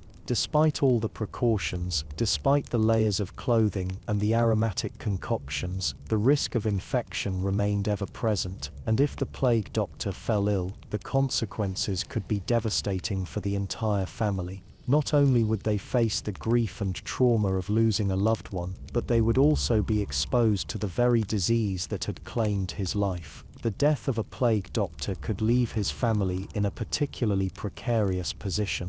While he may have earned a good wage, much of it was likely needed to cover the costs of his protective gear, his remedies, and the general expenses of daily life. If he died suddenly, his family might be left with little or no savings, facing poverty and destitution in the midst of a plague-stricken city.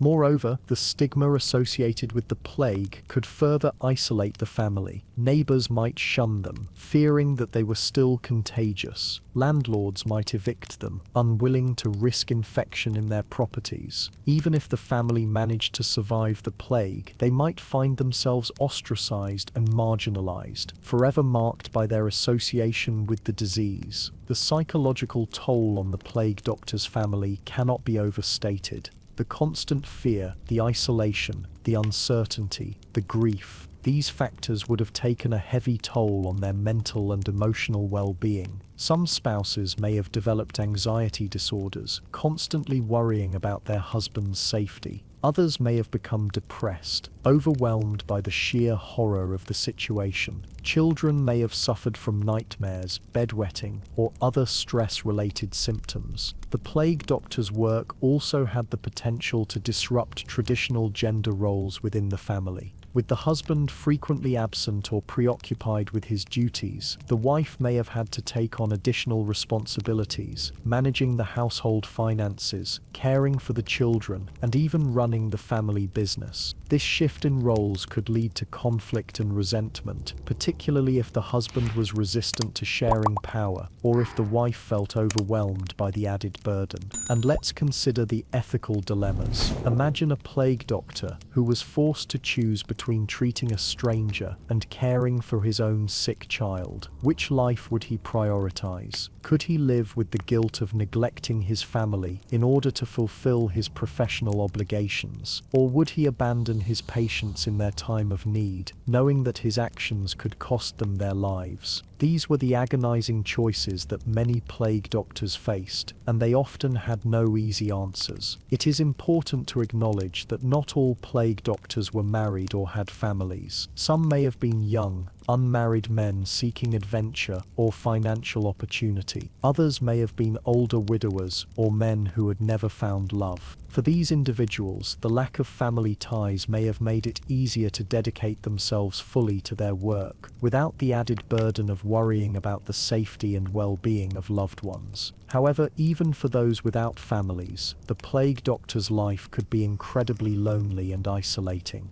They were often shunned by society, feared and distrusted by the very people they were trying to help. They spent their days surrounded by death and suffering, witnessing the worst aspects of human nature. Without the support of a loving family, they may have struggled to cope with the emotional toll of their profession, leading to feelings of despair, disillusionment, and even suicidal ideation. So as we consider the iconic image of the plague doctor, let us remember that he was not just a symbol of death and disease, but also a human being with hopes, dreams, fears, and loved ones. And while his work may have brought him a certain degree of financial security and social status, it also came at a tremendous cost, not only to himself but also to his family. The constant threat of infection, the emotional toll, the disruption of traditional family roles, the ethical dilemmas, these were the burdens that the plague doctor and his family had to bear, day in and day out, in the midst of one of the darkest chapters in human history. And it is in understanding the complexities of their lives that we can truly appreciate the courage, resilience, and sacrifice of these often misunderstood figures. Alright friends, let's take a little detour. We've talked about the plague doctor's tools, their attire, even their families. But to truly understand their role, we need to peek into the minds of the people they served. Because let's face it, medieval Europe wasn't exactly a hotbed of scientific understanding. So how did people explain a disease that could wipe out entire towns in a matter of weeks? Well, as you might expect, superstition and religion played a huge role. When faced with something as terrifying and incomprehensible as the plague, people naturally turned to what they knew, what offered them comfort, or at least a framework for understanding. Now, it's easy for us to look back with our modern scientific knowledge and dismiss these beliefs as silly or backward. But remember, these were deeply held convictions that shaped every aspect of people's lives. So let's start with religion. For most people in medieval Europe, the Catholic Church was the ultimate authority on, well, everything. And the Church's explanation for the plague, it was God's punishment. Simple as that. Humanity had sinned, angered the Almighty, and the plague was his way of showing his displeasure. Think about it. This explanation offered a certain comfort. It provided a reason for the suffering, a cosmic justification, even if it was a pretty harsh one. It wasn't just random chaos, it was part of a divine plan. And if it was a punishment, then surely there was a way to atone, to appease God and end the plague. This led to a whole range of religious practices aimed at seeking divine forgiveness. Public processions became common, with people marching through the streets, chanting prayers and carrying religious relics. These processions were meant to demonstrate repentance and implore God for mercy. Imagine the scene: thousands of people, many already sick, crammed together, spreading the very disease they were trying to escape. Irony, isn't it? Then there were the flagellants. These were groups of religious zealots who travelled from town to town, whipping themselves in public displays of penance. They believed that by inflicting pain upon themselves, they could share in Christ's suffering and atone for the sins of humanity. It was a pretty extreme form of self-punishment, and needless to say, not exactly hygienic. In fact, some historians believe that the flagellants actually helped spread the plague, as their travels and public gatherings exposed them to the disease in multiple locations. But it wasn't all doom and gloom. Religion also offered solace and hope. People prayed, attended Mass, and sought the intercession of saints, especially those associated with healing, like Saint Sebastian or Saint Roche. Churches became centers of community support, providing refuge for the sick and offering comfort to the grieving. Priests and other religious figures risked their lives to minister to the dying, offering last rites and spiritual guidance. However, religious explanations weren't the only ones circulating. Alongside these beliefs, a whole host of superstitions and folk remedies thrived. These beliefs often drew on older pre-Christian traditions and were passed down through generations. One common superstition was the belief in miasma, or bad air. This idea, which actually had some basis in ancient Greek medicine, held that diseases were caused by poisonous vapors emanating from decaying matter, swamps, or even the alignment of the planets. So naturally, people tried to avoid these sources of bad air. They carried sweet-smelling herbs and flowers to mask the stench, burned incense to purify the air, and even wore pomanders filled with aromatic substances. This is where our plague doctor's mask comes in. Isn't it funny how it all weaves together? That beak wasn't just for show. As we've said, it was filled with fragrant herbs and spices, like lavender, rosemary, and juniper berries. These were thought to protect the doctor from the miasma, acting as a kind of air filter against the deadly vapors. Another popular superstition involved blaming specific groups for the plague. Often this blame fell on minority groups, particularly Jewish communities. Accusations of well poisoning were common, leading to horrific acts of violence and persecution. These scapegoating behaviors are certainly not isolated to this plague. They have been seen throughout all of human history.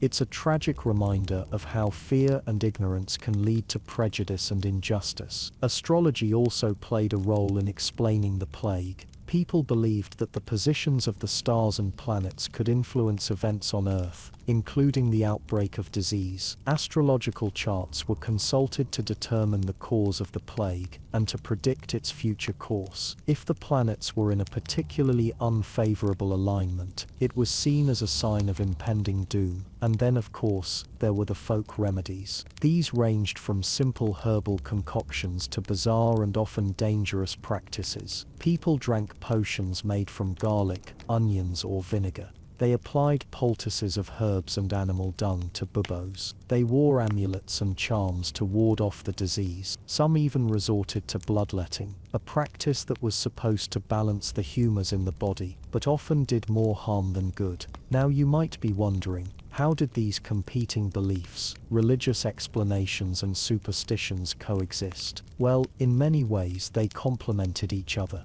People often combined religious practices with folk remedies, praying for divine intervention, while also trying to protect themselves with herbs and charms. It was a kind of belt and suspenders approach to dealing with the plague, covering all bases just in case. And what about the plague doctors? Where did they fit into all of this? Well, they were often caught in the middle. They were expected to provide medical care, but their understanding of the disease was limited by the prevailing scientific knowledge of the time. They had to navigate a world where people believed in divine punishment, miasma, and astrological influences, while also trying to apply what little medical knowledge they possessed. Some plague doctors were devoutly religious, seeing their work as a sacred calling to help those afflicted by God's wrath. Others were more skeptical, relying on observation and experience to guide their treatments. But regardless of their personal beliefs, they had to be aware of the prevailing superstitions and religious practices in order to effectively communicate with their patients and gain their trust. In the end, the plague was a complex phenomenon that defied easy explanation. People turned to religion, superstition, and folk remedies in an attempt to make sense of the chaos and to protect themselves from the deadly disease. And the plague doctors, armed with their limited medical knowledge and their iconic masks, played a crucial role in this drama, offering care, comfort, and sometimes a glimmer of hope in the face of unimaginable suffering. Alright, settle in folks, because now we're going to untangle the cloaks from the scalpels, so to speak. What exactly was the difference between a plague doctor and, say, your friendly neighborhood barber surgeon? Now, on the surface, both were medical practitioners offering services to a populace desperate for relief from, well, pretty much everything. But beneath the surface, their training, their roles, and even their social standing were actually quite distinct, and it's pretty important to know the differences. So lean back and let's delve in. First up, let's talk education, and this is a big one. A plague doctor ideally had some form of formal medical training. I say ideally because, let's be honest, during a plague, standards relaxed. But in theory, they would have attended university studying medicine based on the ancient Greek texts, particularly those of Galen and Hippocrates. Now, this education wasn't exactly what we'd call cutting edge today, because it was the medieval era. It was steeped in humours and balancing bodily fluids. It was not really based on the science we know of today, but it was something. These doctors could read and write in Latin, which in itself was a mark of distinction and something not a lot of people could do. They'd have at least some understanding of anatomy, even if it was based on dissections of animals, or on very rare occasions human bodies, and even rarer, a human body that wasn't a criminal. They would know medical theory, so they could at least talk the talk. Barber surgeons, well, their education was different. They were trained through apprenticeships, learning their trade hands-on. No universities, no Latin. Their knowledge was practical, a craft passed down through generations. They learned by doing, and often their skills were more aligned with surgery and practical procedures than with understanding the underlying causes of disease. Think of it this way: a plague doctor was like the theoretical physicist, full of complex ideas, whether they were right or not, while the barber surgeon was more like the engineer, knowing how to fix things, even if they didn't fully understand why it worked. Next, let's look at their roles in society. A plague doctor was primarily a consultant. They were called upon to diagnose illness, predict its course, and prescribe treatments. They weren't usually involved in the day-to-day care of patients. If you were wealthy, you might have a personal physician who'd look after you all the time. The plague doctor was a specialist, brought in for particularly nasty outbreaks, and often hired by towns or cities to deal with the epidemic. Because of this specialized role, and because they were often hired by the authorities, plague doctors also had some, let's say, official duties. They would record deaths, visit the infected homes to assess the spread of the plague, and even advise on quarantine measures. Their role extended beyond individual patient care to something approaching public health management, even if they didn't call it that back then. Barber surgeons, on the other hand, were your everyday medical providers. They were like the general practitioners of their day, but with a strong emphasis on surgical procedures. They'd set broken bones, treat wounds, lance boils, extract teeth, and of course perform bloodletting, which was a popular treatment for basically everything. And yes, the barber part is important. They literally cut hair and shaved beards as well, their shops often marked by the iconic red and white striped pole, which legend has it, represented the bloodied bandages used in their surgical procedures. So if you had a toothache, needed a shave, and wanted to be bled all in one go, the barber surgeon was your man. It was a convenient one-stop shop for all your medieval stuff. Their roles also extended to providing basic first aid. If you were injured in a fight or fell off a horse, you'd probably go to the barber surgeon first, unless you happen to be rich enough to have a physician on retainer. Now let's talk about social standing, and this is where things get really interesting. A plague doctor, with his university education, was generally considered to be of a higher social class. They were educated men, literate, and part of the intellectual elite. They might have been associated with the church, or held positions in local government, adding to their prestige. Barber surgeons, well, they were tradesmen, skilled tradesmen to be sure, but still tradesmen. They belonged to guilds, like carpenters or blacksmiths, and their social standing reflected that. They were respected for their skills, but they weren't usually hobnobbing with the nobility or advising city councils on policy.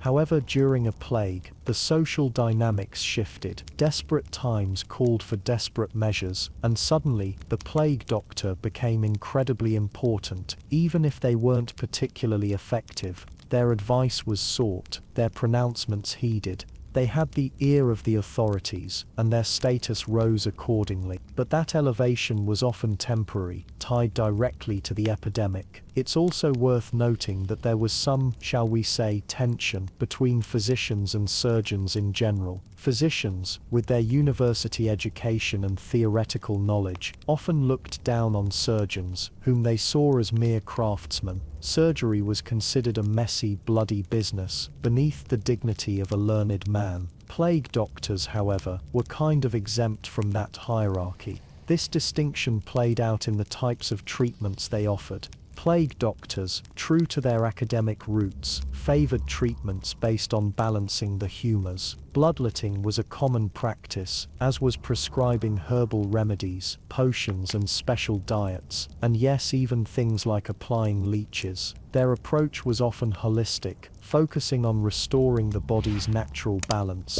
The thought was that if the fluids were balanced, health would be good. Barber surgeons, true to their practical training, were more hands-on. They performed surgeries, set bones, and treated wounds directly. Their approach was more localized, addressing the immediate problem rather than trying to rebalance the entire body. It was a symptom-focused kind of treatment. So in a nutshell, while both plague doctors and barber surgeons were essential figures in medieval society, particularly during times of plague, they were very different. Plague doctors were the educated consultants, offering diagnoses and advising on public health measures. Barber surgeons were the practical practitioners, providing everyday medical care and surgical procedures. One was not better than the other. They just had different skills. One was there for diagnosis, and one was there to fix the obvious issues. Alright friends, let's dim the lights a little further, and gently turn our thoughts to a perhaps less pleasant, but certainly unavoidable, aspect of life and death during the time of the plague doctors. This is going to be a journey into some somber aspects of the medieval world, so settle in, get comfortable, and let's try to approach this with respect and a calm mind. The presence of a plague doctor in a town was sadly often an indication that death was already a frequent visitor,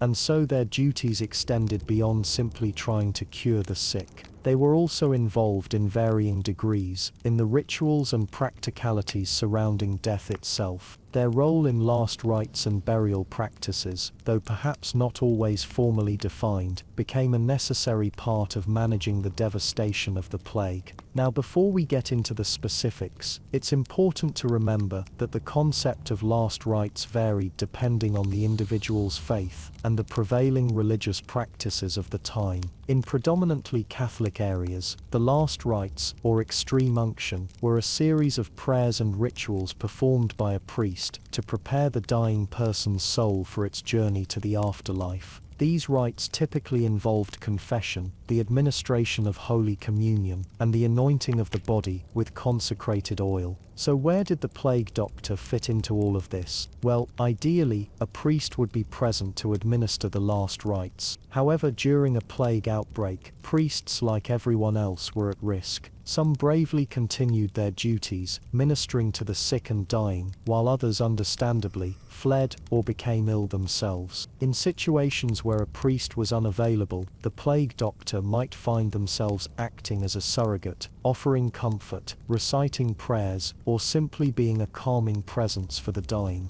It's important to emphasize that plague doctors were not trained religious figures. Their knowledge of religious rituals would have been limited to what they had observed in their own lives. However, their presence, their willingness to face the disease, could be a source of solace for those facing their final moments. Imagine lying there, sick and scared, and seeing that beaked mask and dark cloak, a reminder that even in death, someone cared enough to be there.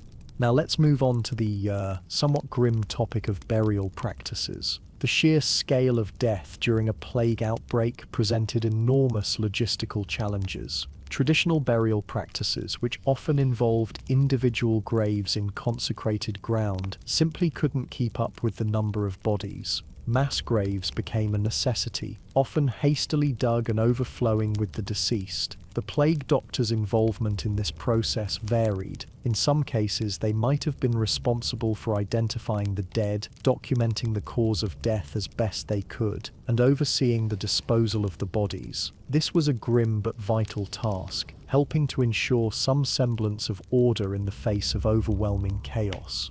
One particularly disturbing aspect of plague burials was the risk of premature burial. In a time before reliable methods of confirming death, there were instances of people being buried alive. The symptoms of the plague, such as coma or slowed breathing, could sometimes be mistaken for death. This fear, understandably, led to some rather macabre precautions. Some people requested to be buried with a bell that they could ring if they woke up, while others left instructions for their bodies to be checked for signs of life before burial. Plague doctors may have been asked to confirm death before burial, providing some reassurance to grieving families. Of course, their methods would have been rudimentary, checking for a pulse, listening for breathing, but even these simple measures could have helped to prevent some truly horrific mistakes. Now, let's consider the practicalities of handling the deceased. Moving bodies, especially those infected with the plague, was a dangerous task. Plague doctors, with their protective clothing, were perhaps better equipped than most to handle this risk, but even they would have taken precautions. Bodies were often wrapped in cloth, soaked in vinegar, or other disinfecting agents before being moved. The disposal of clothing and personal items belonging to the deceased was another important consideration. These items could harbor the plague bacteria and contribute to the spread of the disease. In some cases, clothing was burned. In others, it was buried with the body. The decision likely depended on the perceived value of the items and the resources available. Superstitions also played a role in burial practices. Some people believed that certain rituals or charms could ward off the plague or prevent the dead from returning to haunt the living. Plague doctors, as figures of authority and knowledge, may have been asked to perform or oversee these rituals, even if they didn't personally believe in their efficacy. It's important to note that not all communities reacted to plague deaths in the same way. Some maintained a sense of order and respect, while others descended into panic and chaos. In the worst cases, bodies were simply dumped in the streets or left to rot in their homes. The presence of a plague doctor could, in some small way, help to maintain some semblance of social order and prevent the situation from completely spiraling out of control. The plague doctor's role in managing death and the deceased was therefore a complex and multifaceted one. They were not simply medical practitioners, but also caretakers, organizers, and even in a sense spiritual guides. Their presence, though often associated with fear and death, could also bring a sense of comfort, order, and even hope in the face of unimaginable suffering. It's a heavy thought, I know,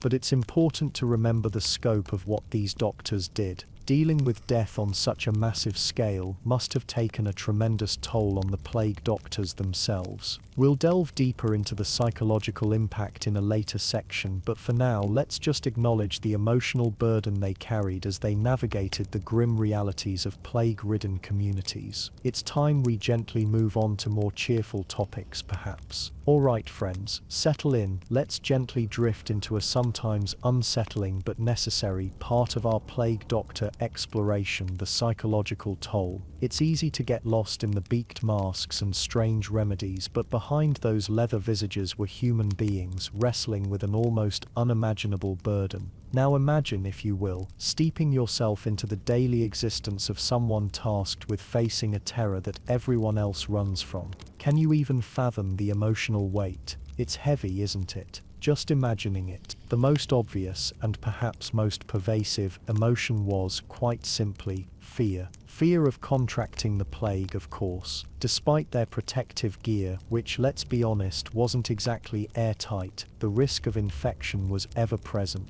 Imagine constantly wondering if that cough you just heard was the start of something deadly, or if that spot on your skin was just a bug bite, or worse. This wasn't just a fleeting worry, it was a persistent, gnawing anxiety that colored every interaction, every diagnosis, every treatment. And it wasn't just fear for themselves. Many plague doctors had families, spouses, children, loved ones they desperately wanted to protect. Every time they returned home, they carried the potential of bringing the plague with them, a silent, invisible threat clinging to their robes. The guilt and anxiety associated with that risk must have been crushing, a constant battle between duty and family. The burden of potentially being the source of your family's suffering, a terrifying thought. Beyond the fear, there was immense stress. These doctors were often the only medical professionals available to entire communities. They were overworked, under-resourced, and faced with a seemingly endless tide of suffering. Imagine the pressure of knowing that people's lives literally depended on your decisions, your knowledge, and your ability to act quickly in a time when quick wasn't nearly fast enough. Sleep would become a luxury, replaced by constant calls for help, the relentless pressure to do something, anything, in the face of overwhelming odds. Adding to the stress was the sheer helplessness of their situation.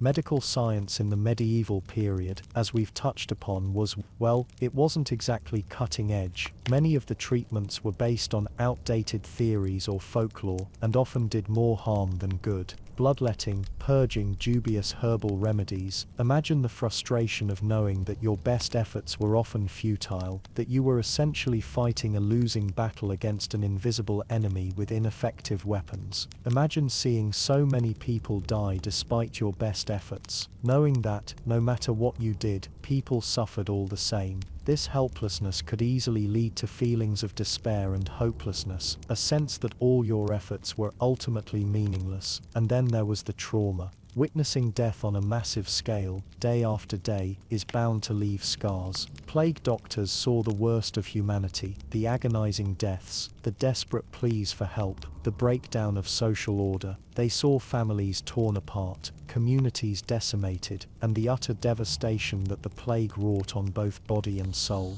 This constant exposure to death and suffering could lead to severe emotional trauma, manifesting as nightmares, flashbacks, anxiety, and a profound sense of grief and loss. Furthermore, it is important to remember that they often faced social isolation. While some were revered as heroes, others were viewed with suspicion and mistrust. People were scared, understandably so, and they might have blamed the doctors for bringing the plague, or for not being able to cure it. Imagine being ostracized by the very people you were trying to help, being treated as an outcast, a pariah, simply for doing your job. This social isolation could further exacerbate the emotional toll, leaving doctors feeling alone and unsupported in their time of need. Adding salt to the wound, they were often seen as harbingers of death, reminders of the grim reality that everyone else was trying to avoid. People might have crossed the street to avoid them, whispered behind their backs, or even actively threatened them. This constant negativity and hostility could wear down even the strongest of spirits, leading to feelings of resentment and bitterness. It's not hard to picture some falling into substance abuse as a way to cope with the stress, the fear, and the trauma. alcohol, opium, whatever they could get their hands on to numb the pain and escape, even temporarily, from the horrors they witnessed every day. These actions, however, would have only compounded their problems in the long run, leading to addiction, further isolation, and a decline in their overall health and well-being. The psychological toll on plague doctors was immense, a burden that few could truly understand. They faced constant fear, overwhelming stress, profound trauma, and social isolation. They were forced to confront death on a daily basis, to make impossible decisions, and to cope with the knowledge that their efforts were often futile. While we can never fully comprehend the depth of their suffering, it's important to acknowledge the incredible resilience and dedication they displayed in the face of such adversity. Remember this the next time you see that image of the beaked mask, that it's not just a symbol of the plague, but one of human endurance and the quiet courage of those who dared to confront the darkness, even when it threatened to consume them whole. Alright friends, let's dim the lights just a little further, shall we? Settle back, relax, and let's delve into how these mysterious figures in their iconic masks influenced public health. It's a fascinating story, really, of small steps forward in the face of overwhelming odds. Now we've talked quite a bit about the individual plague doctor. Imagine them, cloaked and masked, moving from house to house, tending to the sick. But what impact did these efforts, and perhaps more importantly, their observations have on the bigger picture? Did their actions actually shift public health policy, or were they simply cogs in a system that was already in place? Well, the answer is a little bit of both. Initially, the impact was limited, to say the least. Remember, the medical understanding of the time was, well, primitive by our standards. The miasma theory, the belief that disease was spread by bad air, was still largely accepted even if a few brave souls were starting to question it. So the plague doctors, while often intelligent and dedicated, were operating within a framework that frankly wasn't always helpful. However, and this is a big however, their direct experiences during outbreaks provided valuable, if somewhat anecdotal, evidence that slowly began to chip away at these old ideas. Consider this: a plague doctor might notice that certain neighborhoods, usually those with poorer sanitation and overcrowding, suffered far more severely than others. They may observe that families who religiously burned incense, attempting to purify the air, still succumbed to the disease just as readily as those who didn't. These observations, recorded in their journals and reports, remember those reports we spoke about earlier, began to paint a more nuanced picture of how the plague spread. While they might not have fully understood the role of fleas and rats, they were often able to identify correlations, and sometimes, correlations are the best we can get. For instance, plague doctors sometimes advocated for quarantine measures, even if they weren't entirely sure why they worked. They saw that isolating infected individuals and households helped to slow the spread of the disease. This wasn't necessarily a new idea. Quarantine had been practiced in various forms for centuries, but the plague doctors, with their first-hand experience of the devastation the plague could cause, became vocal advocates for stricter and more consistently enforced quarantine policies. And who would know better than they? Think about the city officials, far removed from the front lines. Who are they going to listen to? Some abstract theory, or the people who have seen death up close? It's a no-brainer. Over time, this advocacy did have an effect. City governments began to implement more stringent quarantine regulations, requiring ships arriving from plague-affected areas to remain in port for extended periods, and isolating infected neighborhoods within cities. While these measures were often harsh and disruptive, they did contribute to slowing the spread of the disease, buying valuable time and potentially saving lives. This would eventually lead to the start of standard safety and health practices for every single port. Another area where plague doctors had an impact was in sanitation. Again, while they didn't fully understand the germ theory, their observations led them to recognize the importance of cleanliness. They would recommend cleaning streets and removing refuse, a job which many already fulfilled, believing that it would help to purify the air.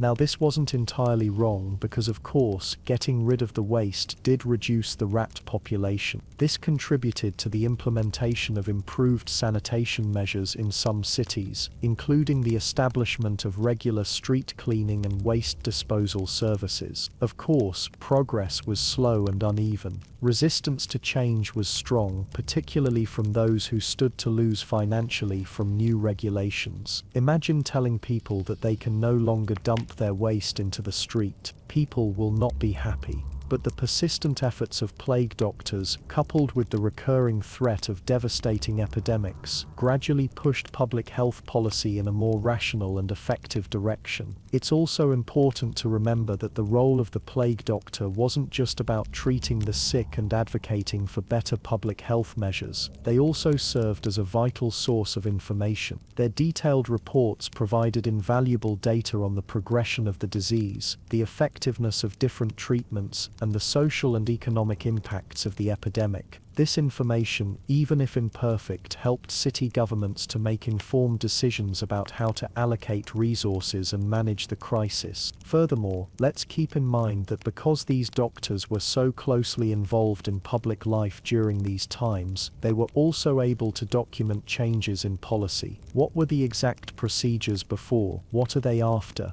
This type of information can not only change the way society views an illness, but it allows future generations to implement similar and even more effective strategies. In some cases, plague doctors even played a direct role in shaping public health policy. They might be appointed to advisory boards or committees, providing their expertise to city officials. They might be asked to testify before government bodies, sharing their experiences and recommendations. While their influence was often limited by the prevailing medical beliefs of the time, their voices were nevertheless heard, and their contributions helped to shape the evolution of public health policy. So while the plague doctors didn't single-handedly revolutionize public health, they did play a significant role in its development. Their observations, advocacy, and data collection helped to nudge society towards a more rational and effective approach to disease prevention and management. Their legacy is a reminder that even in the face of overwhelming challenges, the dedication and perseverance of individuals can make a real difference in the lives of others. And with that in mind, let's take a look at some of the tools they used, shall we?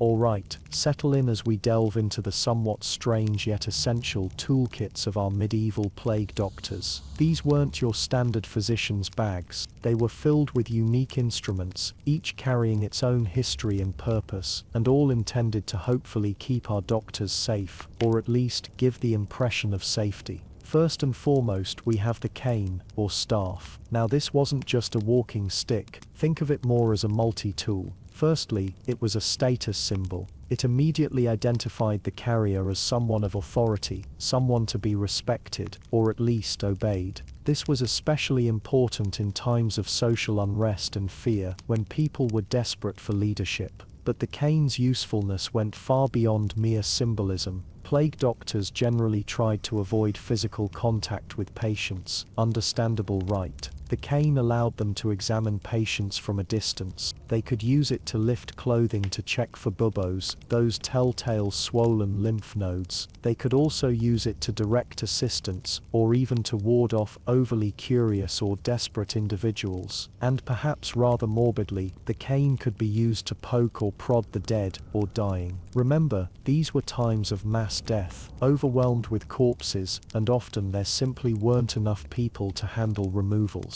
The cane allowed doctors to move bodies, or check for signs of life from a safe distance, without risking infection by touching. Next, and arguably more frightening, we arrive at the lancet. This small, sharp, double-edged blade was the instrument of choice for bloodletting. Now we've touched on bloodletting before, and while we now know it was largely ineffective, it was a cornerstone of medieval medical practice. The thinking was that the plague, or any disease for that matter, was caused by an imbalance of the body's humours, blood, phlegm, yellow bile, and black bile. Bloodletting was meant to restore the balance. The plague doctor would use the lancet to make an incision, usually in a vein in the arm or neck, and then allow a controlled amount of blood to drain out. The amount of blood varied depending on the patient's perceived condition and the doctor's training, or lack thereof. Some doctors would even use leeches in place of lancets. While leeches are sometimes helpful in modern medicine, the leeches used by plague doctors were rarely sterilized and may have spread other diseases during the bloodletting. Alongside the lancet, plague doctors would often carry a cupping set. Cupping was another technique aimed at drawing out bad humors. Glass cups would be heated, creating a vacuum, and then placed on the patient's skin. The suction would draw blood to the surface, and the cups would often be applied to areas where bloodletting had already been performed. Cupping was not only thought to draw out the bad humors, but also to draw illness away from the vital organs. Moving on, let's talk about the all-important cauterizing iron. If bloodletting didn't work, doctors might turn to cauterization, the burning of wounds to stop bleeding, prevent infection, or in this case, hopefully destroy the plague itself. A cauterizing iron was heated in a fire until red hot, and then applied directly to buboes or other infected areas. The idea was that burning the infected flesh would kill the disease and prevent it from spreading further. Understandably, this was an incredibly painful procedure and offered little in the way of actual benefit. But in a time of desperation and with limited understanding of disease, it was seen as a viable, if drastic, option. Beyond these core instruments, the plague doctor's toolkit often included a variety of other items. Sponges soaked in vinegar were a common sight. Vinegar was believed to have disinfectant properties, and doctors would use sponges to clean their hands, faces, and instruments. They might also hold a vinegar-soaked sponge to their nose to filter the foul air. Small vials and jars were used to store various remedies. These might include herbal concoctions, medicinal powders, or even bizarre ingredients like crushed gemstones or dried animal parts. These ingredients were often chosen based on folklore and superstition, as much as on any actual medical knowledge. Plague doctors also needed tools for creating medicines and poultices. Mortars and pestles were used to grind herbs and other ingredients into fine powders. Small scales were needed to carefully measure out ingredients. Linen cloths and bandages were essential for dressing wounds and applying poultices. And then, of course, there was the ever-present candle or lantern.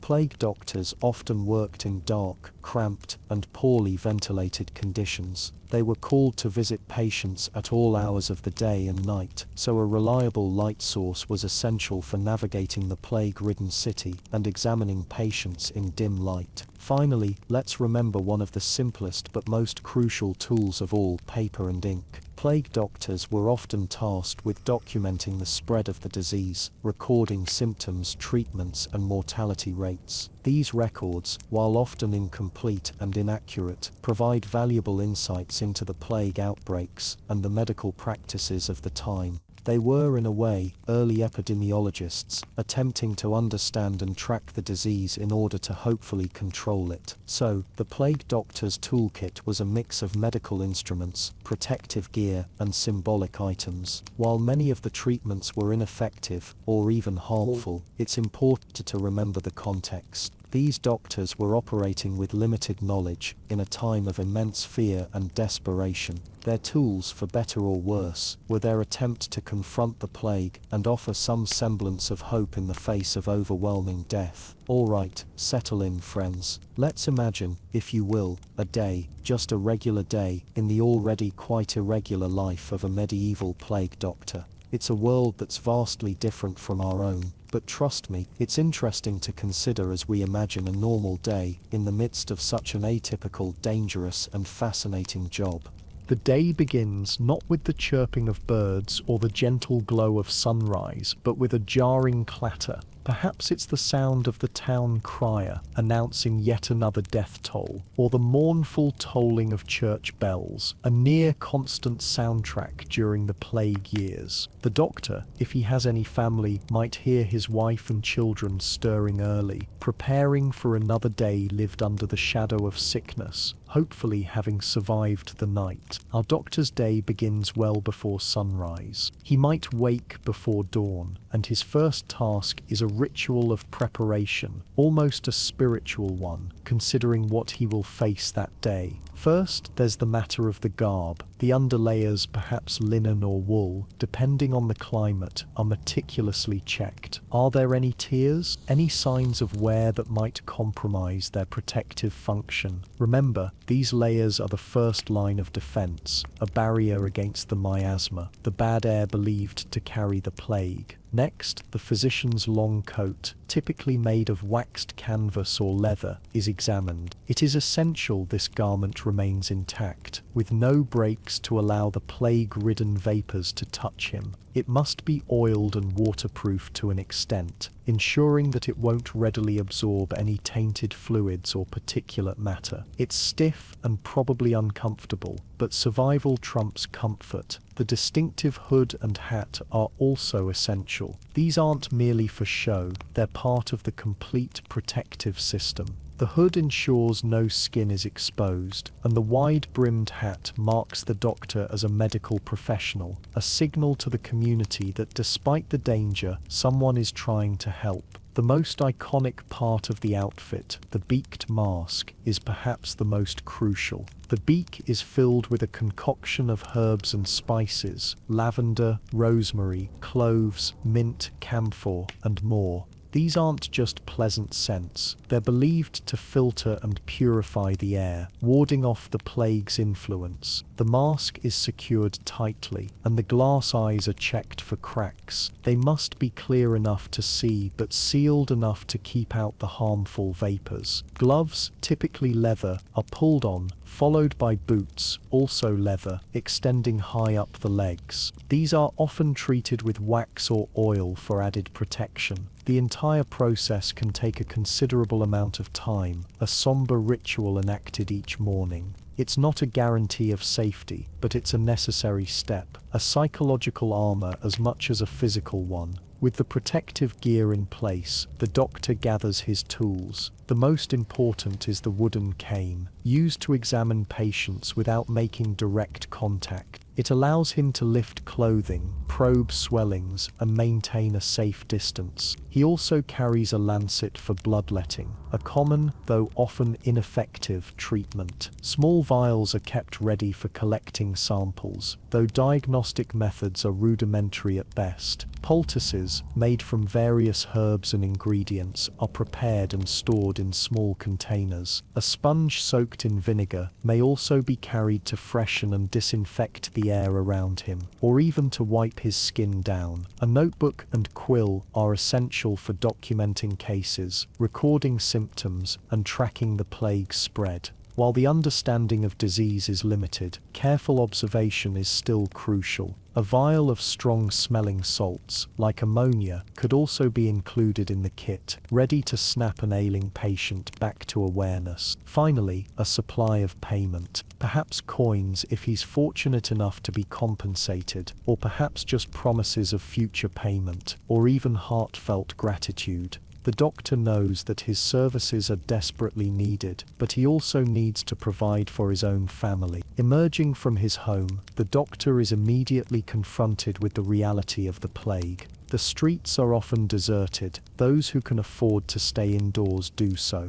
The air hangs heavy with the stench of sickness and death. Carts rumble by, carrying corpses to mass graves. His first calls are often to the homes of those who have summoned him. A frantic family member might greet him at the door, begging for help. The doctor, trying to maintain a calm and reassuring demeanor, enters the house, bracing himself for what he will find. Inside, the scene is often chaotic. Family members are sick and dying. The air is thick with the smell of sweat, vomit, and fear. The doctor, using his cane to keep a safe distance, examines the patients, looking for the telltale signs of the plague, the buboes, the painful swellings in the lymph nodes. He might attempt to diagnose the stage of the illness, though treatment options are limited. Bloodletting is a common practice, believed to remove the bad humors causing the disease. He makes an incision and drains blood into a container, hoping to restore balance. This is an inexact science, and let's be honest, rarely does much good.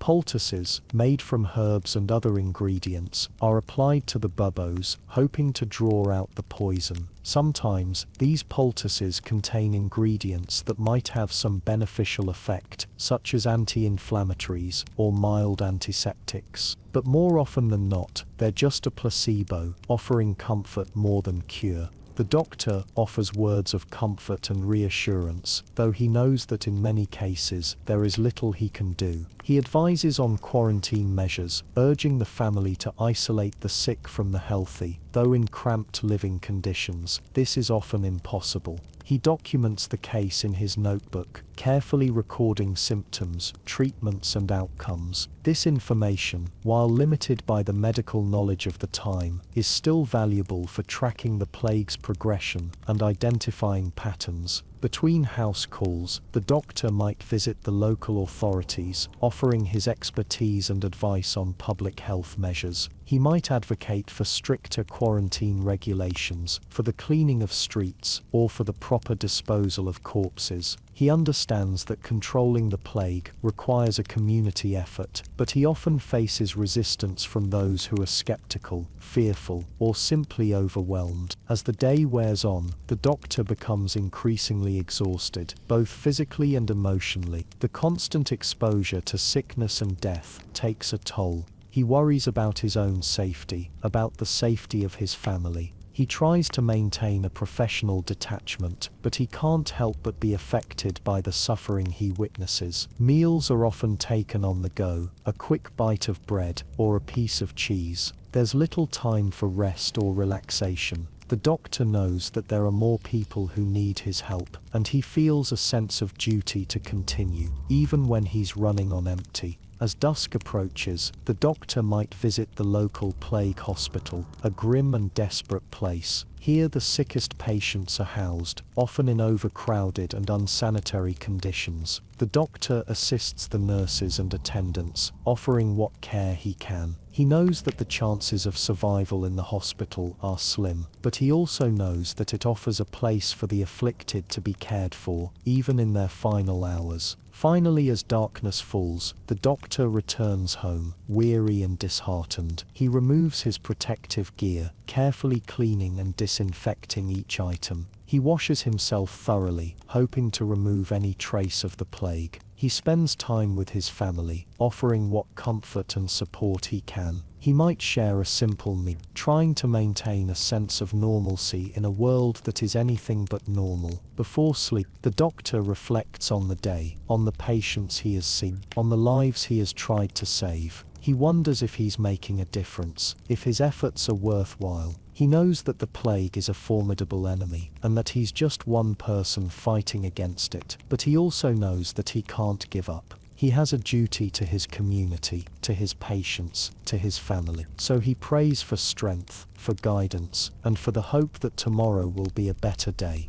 Then he tries to get what rest he can, knowing that another long and difficult day awaits him in the morning, a truly brutal life. Alright, settle in friends, because we're about to delve into a rather complicated aspect of medieval life, something that might surprise you. We're talking about reputation, specifically how the people of the time really viewed plague doctors. Now close your eyes, picture it. You're a peasant, going about your simple life. Maybe you're tending your small plot of land, or perhaps you're a craftsman in a bustling, relatively bustling city. Suddenly, bang, the plague hits. It's everywhere. Fear is in the air, thicker than the smoke from your cooking fire. People are dying left and right, and the world as you know it is on the verge of collapsing. And then he arrives. A figure cloaked in black, masked like a bizarre bird, with eyes that are hidden behind glass. Is he an angel of mercy, or a harbinger of doom?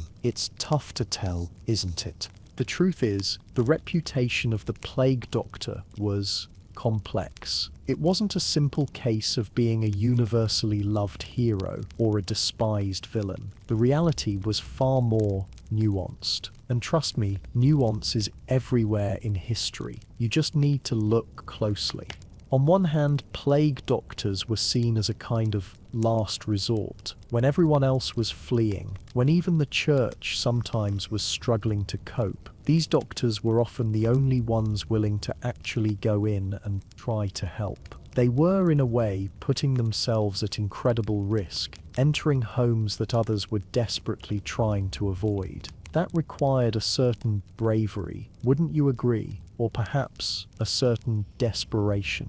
After all, this was their job, and when nobody else needed a doctor, they had a chance to make a fortune. A bit morbid? Maybe. Accurate? Probably. Think about it from the perspective of a family watching their loved ones succumb to the plague. The regular physician has long since run off. The barber surgeon is, well, let's just say their methods weren't always effective. And suddenly, this figure appears, offering some kind of hope. Even if the treatments were questionable, the very act of caring, of showing up, could be a source of comfort in those dark times. It's understandable, isn't it? And let's not forget that some plague doctors were genuinely dedicated. They sincerely wanted to help alleviate suffering. They saw it as their duty, their calling. They were driven by a desire to understand the disease, to find some way to combat it. These doctors meticulously documented their observations, often at great personal risk. Their notes, while sometimes misguided, provide invaluable insights into the plague and its impact on society. We owe a great deal to their dedication.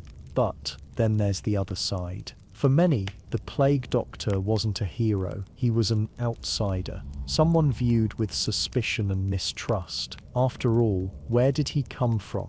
What were those strange concoctions he was prescribing? And did those bloodletting tools really look clean? This wasn't modern medicine, after all. These were scary times, fueled by superstition and fear. And fear makes people suspicious, doesn't it? The plague doctor's unusual appearance didn't exactly help matters. The iconic mask, while intended as protection, was, well, kinda terrifying. It made them look inhuman, like some kind of ghoul. And the long cloak, it just added to the sense of mystery and dread. It's easy to see how some might have viewed them as agents of death rather than saviors. And, let's be honest, some plague doctors earned their negative reputation. Remember, these weren't always highly trained physicians. Desperate times called for desperate measures, and many were simply unqualified individuals looking to cash in on the misery.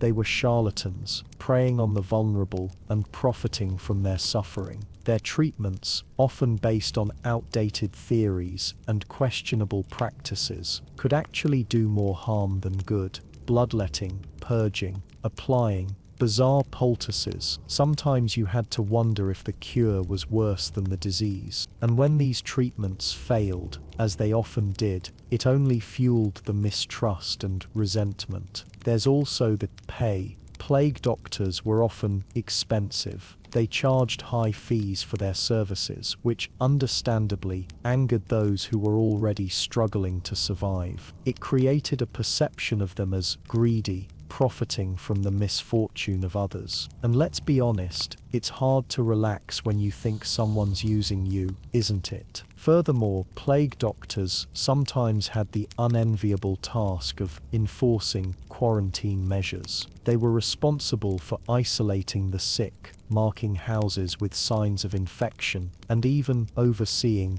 burials. These actions, while necessary to contain the spread of the disease, were hardly popular. Imagine being told you can't leave your home, that you're a danger to society. It's tough to swallow, isn't it?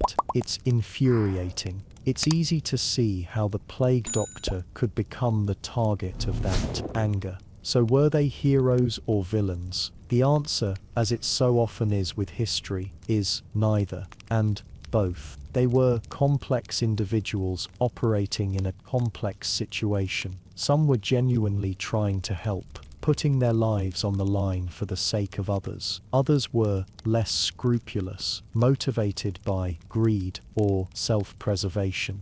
And the perception of them varied, depending on who you were, where you were, and what your own experiences had been. Maybe that figure in black wasn't a hero or a villain. Maybe they were just a person trying to do their job in the most difficult of circumstances. That's something to think about, isn't it? Now, breathe in, breathe out. Let's move on. Friends, as the echoes of the epidemic fade into memory, we're left to consider the monumental task of recovery and reflection, a period of societal healing and rebuilding that followed the plague's terrifying reign. Imagine, if you will, the silence that descended upon the city as the sickness began to abate. A silence punctuated not by the usual bustling sounds of commerce and life, but by the quiet sobs of grieving families and the hushed whispers of survivors emerging from their self-imposed prisons. The air itself seems to hold its breath, as if afraid to stir up the lingering scent of sickness and death. The immediate aftermath of the plague was, predictably, chaotic. Entire communities had been decimated, leaving behind a landscape of empty homes and businesses, and a profound sense of loss. Gravediggers, overworked and weary, could finally rest, their grim task lessened. The bell that had incessantly tolled to mark another passing now remained silent. But the silence was heavy. One of the most pressing issues was the redistribution of wealth and property. With so many families wiped out, estates large and small were left without heirs, leading to complex legal battles and social upheaval. The church, often the custodian of wills and records, played a crucial role in sorting out these claims, but inevitably, disputes arose. Some opportunistic individuals tried to take advantage of the situation, claiming false inheritances or preying on the vulnerable. The courts were overwhelmed, and justice was often slow and uneven. The labor force had been decimated, creating both opportunities and challenges. Those who survived found themselves in high demand, able to command higher wages and better working conditions. Serfdom, already weakened, suffered a final blow as laborers realized their newfound power. This led to social tensions as the aristocracy struggled to maintain its authority and the emerging merchant class sought to consolidate its own. Agriculture, too, was severely affected. Fields lay fallow, harvests were missed, and livestock perished. The surviving farmers faced the daunting task of rebuilding their herds and replanting their crops. Food shortages were common, and the threat of famine loomed large. The government implemented measures to encourage agricultural production, offering incentives to farmers and importing grain from other regions. Cities, the hardest hit by the plague, faced the challenge of repopulation. Many people, traumatized by their experiences, were reluctant to return, fearing a resurgence of the disease. To encourage resettlement, authorities offered tax breaks, land grants, and other incentives. Newcomers from rural areas, seeking opportunities in the recovering urban centers, also helped to replenish the population. Perhaps the most profound and lasting impact of the plague was on the collective psyche of society. The experience of living through such widespread death and suffering left deep scars on the survivors. Many people lost their faith in God, questioning how a benevolent deity could allow such a catastrophe to occur. Others turned to religion with renewed fervor, seeking solace and meaning in the face of tragedy. Superstitions and folk beliefs also flourished. People looked for scapegoats, blaming minorities or outsiders for the plague. Witch hunts became more common as fear and paranoia gripped communities. The plague was seen as a punishment for sin, a sign of the end times, or the work of malevolent forces. The role of medicine and science was also reassessed. The failure of traditional remedies and medical practices to effectively combat the plague led to a growing skepticism towards established authorities. Some began to question the ancient theories and practices that had dominated medicine for centuries, paving the way for new approaches and scientific inquiry. While the plague doctors did not have scientific solutions, the act of recording findings helped in future epidemics. The plague also forced society to confront the reality of death in a new way. The sheer scale of mortality shattered the traditional rituals and customs surrounding death and burial. Mass graves became commonplace, and the individual dignity of the deceased was often lost in the face of overwhelming numbers. This led to a greater awareness of mortality and a shift in attitudes towards death, from a distant inevitability to a present and pressing concern.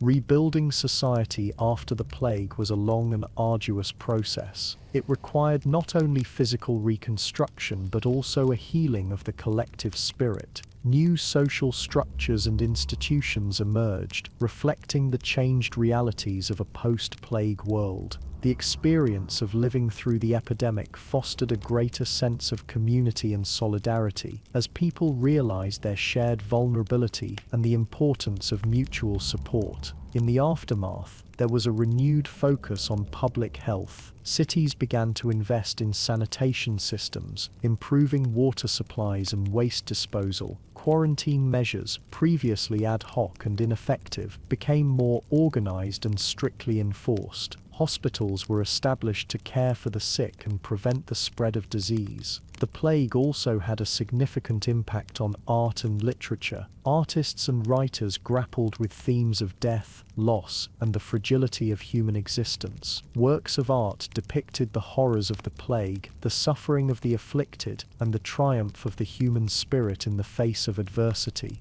These artistic expressions served as a catharsis for a traumatized society, helping people to process their grief and make sense of their experiences. In essence, the end of the epidemic was not simply an end but a beginning of rebuilding, reflection, and a reimagining of society in the wake of unprecedented loss. The silence that followed the plague was eventually replaced by the sounds of construction, of families returning, of children playing, of life slowly but surely reasserting itself. But the memory of the plague, a dark chapter in human history, would forever shape the social, cultural, and psychological landscape of the world. And with the learnings and records from those like the plague doctors, some sense could be made of it all in time. The medieval plague doctor, cloaked in mystery and armed with somewhat questionable remedies, certainly wouldn't recognize the modern medical landscape. The journey from those plague-ridden streets to the sterile environments of today's hospitals is a testament to humanity's relentless pursuit of knowledge and, frankly, a little bit of luck. So how did modern practices take the place of the old? Well, to put it simply, science. While our plague doctors were operating on theories rooted in miasma and imbalances of humors, the seeds of modern medicine were being sown. Thinkers and researchers slowly began to shift the focus from superstition to observation, experimentation, and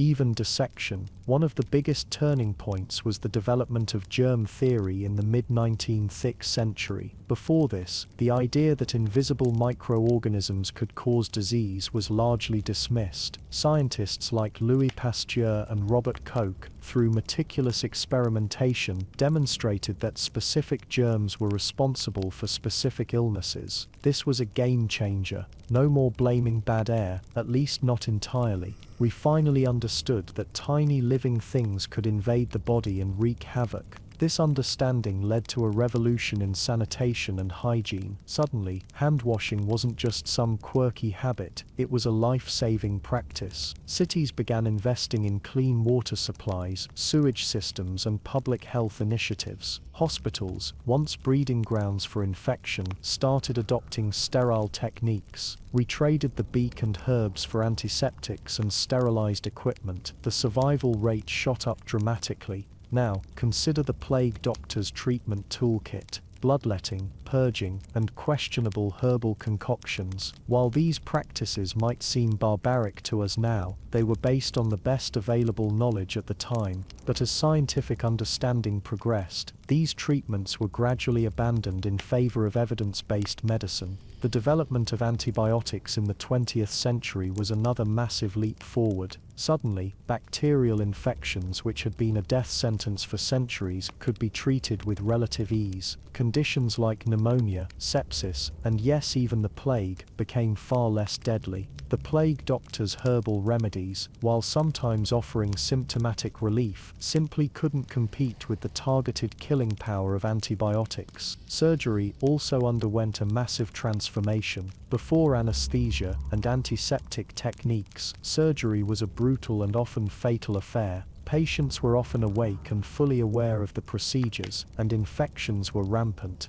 The introduction of anesthesia, like ether and chloroform, allowed surgeons to perform more complex and time-consuming operations. Antiseptic techniques, pioneered by Joseph Lister, dramatically reduced the risk of post-operative infections. This brought about a whole host of new possibilities. Speaking of possibilities, diagnosis has changed drastically, hasn't it? The plague doctor relied on observation, palpation, and let's be honest, a fair amount of guesswork. Modern medicine offers a vast array of diagnostic tools, from X-rays and MRIs to blood tests and genetic analysis. These tools allow us to identify diseases early on, often before symptoms even appear. It allows for far more targeted and effective treatments. The role of the physician also evolved over time. The medieval plague doctor was often viewed with a mix of fear, respect, and suspicion. In modern medicine, the doctor-patient relationship is ideally one of trust and collaboration. Patients are encouraged to be active participants in their own care, and doctors are expected to provide information and guidance, not just issue orders. The rise of medical specialization also contributed to the decline of the plague doctor archetype. While the plague doctor was a generalist, dealing with all aspects of the disease, modern medicine is highly specialized. We have cardiologists focusing on the heart, neurologists focusing on the brain, and infectious disease specialists focusing on, well, infectious diseases. This allows for a deeper understanding of specific conditions and more targeted treatments.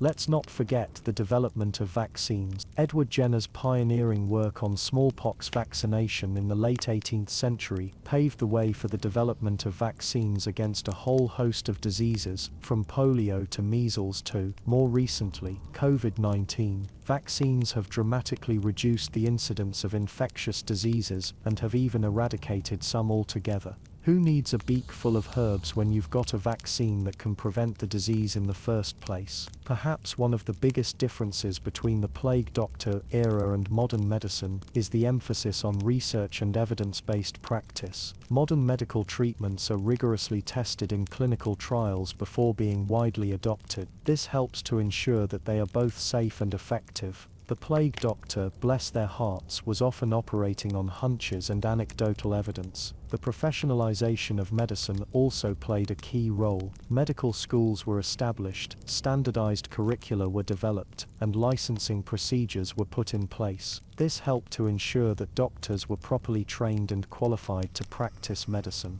The plague doctor, in contrast, often had little or no formal training. In some cases they were simply barbers or apothecaries who took on the role out of necessity, or because they saw a chance to make some money. The shift from the plague doctor to modern medicine was not a sudden or linear process. It was a gradual evolution, driven by scientific discovery, technological innovation, and social change. Along the way, many old ideas were discarded and new ones were embraced. But the underlying goal remained the same: to alleviate suffering and improve the health and well-being of humanity. So while we might shudder at the thought of a plague doctor poking and prodding us with their beak and cane, we should also remember that they were doing the best they could with the knowledge and resources available to them. They were in their own way pioneers, paving the way for the modern medical marvels we take for granted today. Without their efforts, however misguided, we might still be blaming bad air for all our woes. Thank goodness that isn't the case. As medical understanding grew and practices were refined, figures like the plague doctor became a relic of the past. They became an interesting, if dark, footnote in medical history, replaced by those in lab coats and clean operating rooms. A sign of a changing of the guard, a testament to medical science's growing power and its lasting impact on the world. A change we should all be thankful for.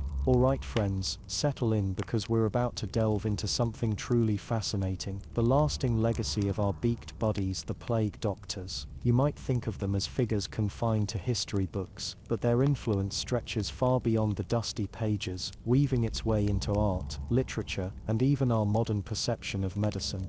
So, how did these figures, often associated with death and despair, manage to leave such a significant mark on our collective imagination? Well, a big part of it lies in their striking, almost theatrical appearance. That iconic beaked mask, the long cloak, the ever-present cane, it's a look that practically begs to be immortalized. Think about it. In the visual arts, the plague doctor pops up time and time again, from somber paintings depicting the horrors of the plague to more modern interpretations in digital art. The figure's silhouette is instantly recognizable. Artists have used the plague doctor to symbolize everything from death and disease to resilience, and even a kind of grim hope. The stark contrast between the doctor's attempts to ward off sickness and the overwhelming presence of the plague itself creates a powerful visual tension that artists find endlessly compelling. It's this visual punch that has allowed the plague doctor to stick around in the collective consciousness. And it's not just the visual arts. Literature, too, has been captivated by the plague doctor. From historical fiction to fantasy novels, the figure has been used to explore themes of mortality, morality, and the human condition. Sometimes they're portrayed as learned healers, struggling against insurmountable odds. Other times they're depicted as charlatans, preying on the fear and desperation of the afflicted. And sometimes they're something in between, flawed individuals grappling with the ethical dilemmas of treating patients during a time of crisis. One recurring theme in literature is the plague doctor as a symbol of societal breakdown. When faced with the devastation of the plague, normal social structures often crumble. The plague doctor, operating outside of these norms, becomes a figure of both authority and suspicion. Are they truly trying to help, or are they simply profiting from the chaos? This ambiguity makes them a perfect character for exploring the dark side of humanity. But here's where it gets really interesting. The plague doctor's influence extends far beyond serious art and literature. Pop culture has embraced the figure in a big way, often with a distinctly modern twist. Video games, for example, frequently feature plague doctor characters, sometimes as formidable villains, other times as enigmatic allies. The aesthetic of the beaked mask and cloak lends itself perfectly to the world of gaming, where striking visuals and intriguing backstories are key. In the realm of cosplay, the Plague Doctor is a surprisingly popular choice. There's something undeniably cool about that imposing outfit, and it offers a unique opportunity to play with themes of history, horror, and even steampunk. It is a really cool outfit to be sure, but let's remember the real origins of these figures. Even fashion has been influenced by the Plague Doctor, albeit in subtle ways. Designers have drawn inspiration from the beaked mask and flowing robes, incorporating these elements into avant-garde clothing and accessories. It's a bit macabre, maybe, but it shows just how deeply ingrained the Plague Doctor is in our visual vocabulary. But why this enduring fascination? Why have plague doctors become so iconic? Well, it's partly because they represent a time of immense suffering and upheaval. The plague was a truly terrifying event in human history, and the Plague Doctor stands as a symbol of that era, a reminder of our vulnerability in the face of disease. But it's also because they embody a kind of defiant hope. Despite the overwhelming odds, plague doctors continued to treat patients, to search for cures, to offer comfort in a time of despair. They represent the human spirit's ability to persevere, even in the face of death. They attempted treatments, many barbaric, to try and help those in need, even if the ideas they had weren't based in modern science. And let's not forget the mystery surrounding them. Those masks definitely add to the intrigue. We've talked about the practical reasons for the masks and the outfits, but they also created a sense of anonymity and otherness. The plague doctor was a figure shrouded in secrecy, operating on the fringes of society. This aura of mystery makes them all the more compelling. Plus, there's a certain dark humor to the plague doctor image. The exaggerated costume, the often questionable medical practices, the sheer absurdity of trying to combat such a devastating disease with such limited knowledge. It all adds up to a figure that is both terrifying and strangely comical. But, and this is important, it's crucial to remember the real history behind the image. While the plague doctor has become a popular figure in fiction and fantasy, it's easy to forget that these were real people who lived through incredibly difficult times. Many of them were dedicated physicians who risked their lives to care for the sick. Others were less scrupulous, but all were operating within the context of a society ravaged by disease. It's important to approach the image of the plague doctor with respect and sensitivity, acknowledging the suffering and loss that they represent. We can enjoy the aesthetic, appreciate the symbolism, and explore the themes that they embody, but we should never forget the historical reality behind the mask. It's easy to get caught up in the aesthetic and to forget the real struggles that these figures faced. And let's not forget that many of the cures were likely nothing more than placebos, but the true intention behind their usage was to help people feel better. So the next time you see a plague doctor in a video game, a painting or a Halloween costume, take a moment to reflect on the complex legacy of this iconic figure.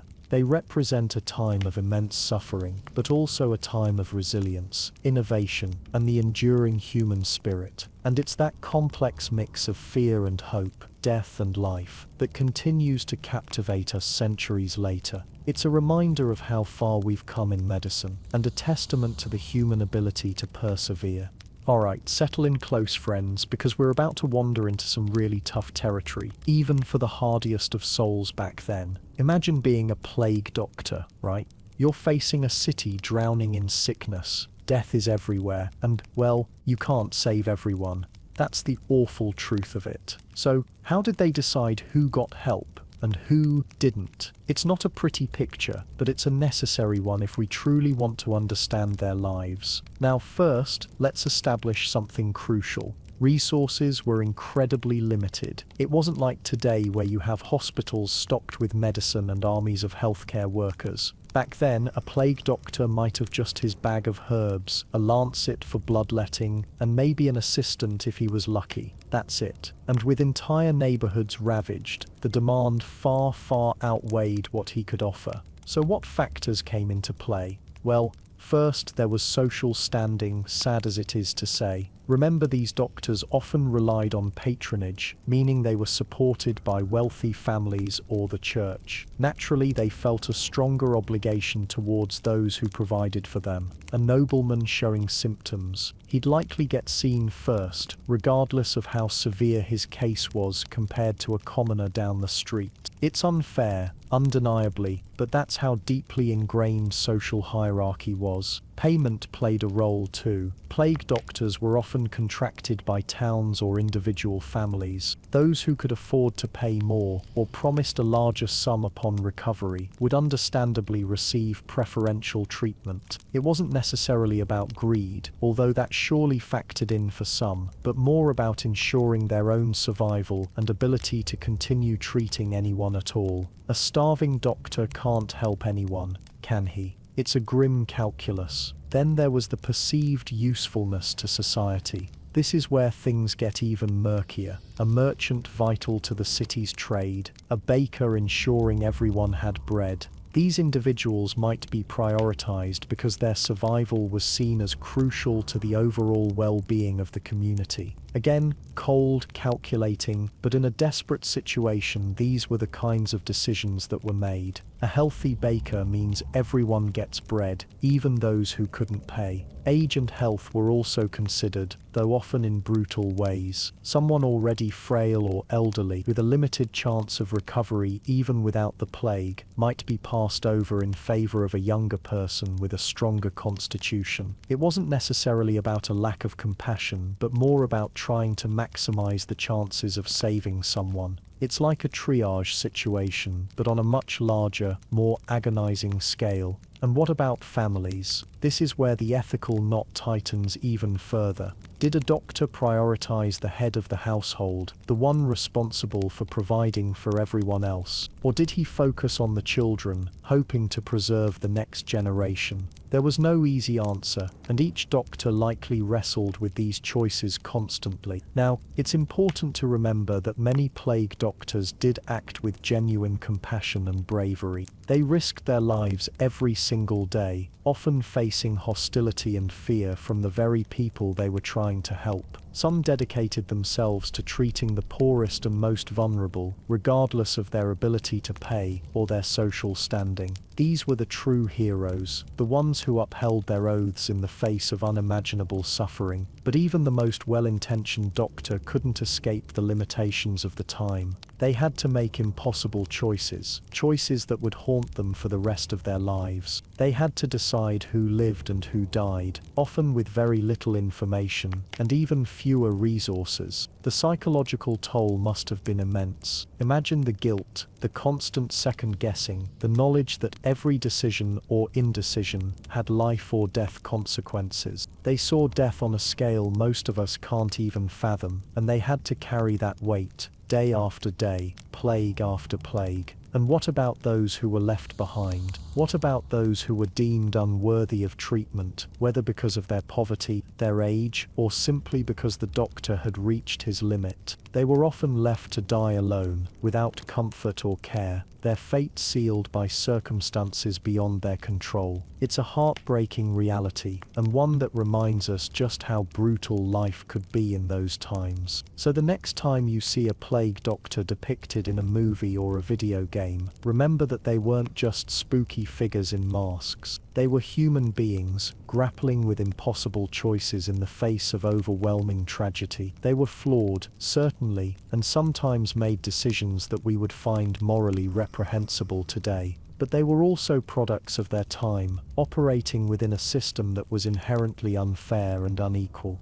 Their ethical dilemmas serve as a stark reminder of the importance of accessible healthcare for all, and the need to prioritize compassion and empathy, even in the most difficult of circumstances. It's a heavy history for sure, but one with lessons that echo even now. Maybe it's time for a nice cup of tea to help us digest all this. So what lasting lessons did these beaked benefactors, or sometimes bungling bystanders, leave behind? It's easy to dismiss them as relics of a pre-scientific age, but to do so would be a disservice to the keen observations and, dare I say, heroic dedication of many plague doctors. Remember, they were often the only medical professionals willing to risk their lives to treat the sick, offering comfort and care in the face of unimaginable suffering. One of the most significant contributions, though often unintentional, was the rigorous implementation of quarantine measures. Now, quarantine wasn't invented by plague doctors, no.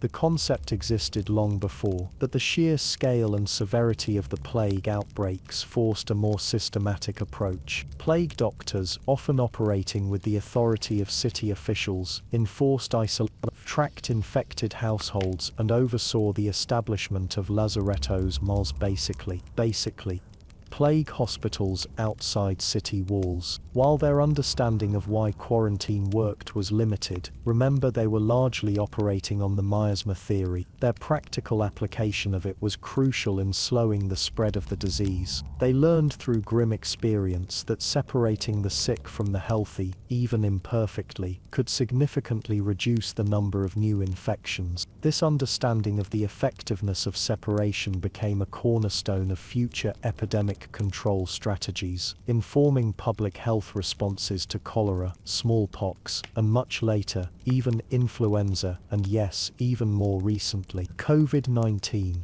Think of the empty cities, the closed borders, the enforced lockdowns, all echo, in some way, the methods first put into wide-scale use during the plague years. Another key takeaway came from the meticulous record-keeping practiced by some plague doctors. Many were required by their contracts to document the symptoms, treatments, and outcomes of their patients. While their diagnoses were often based on flawed theories, the sheer volume of data they collected provided valuable insights lessons for future generations of physicians. Later, medical researchers were able to sift through these records, comparing symptoms, treatments and mortality rates to identify patterns and correlations that help to better understand the plague and other infectious diseases. Think of it as a very, very early form of epidemiological study. These early datasets, though imperfect, gave future researchers a crucial starting point for more rigorous analysis. These aren't just historical curiosities, they are the raw materials that helped shape our modern understanding of disease transmission and treatment. Furthermore, the plague doctors inadvertently contributed to the development of personal protective equipment, or PPE.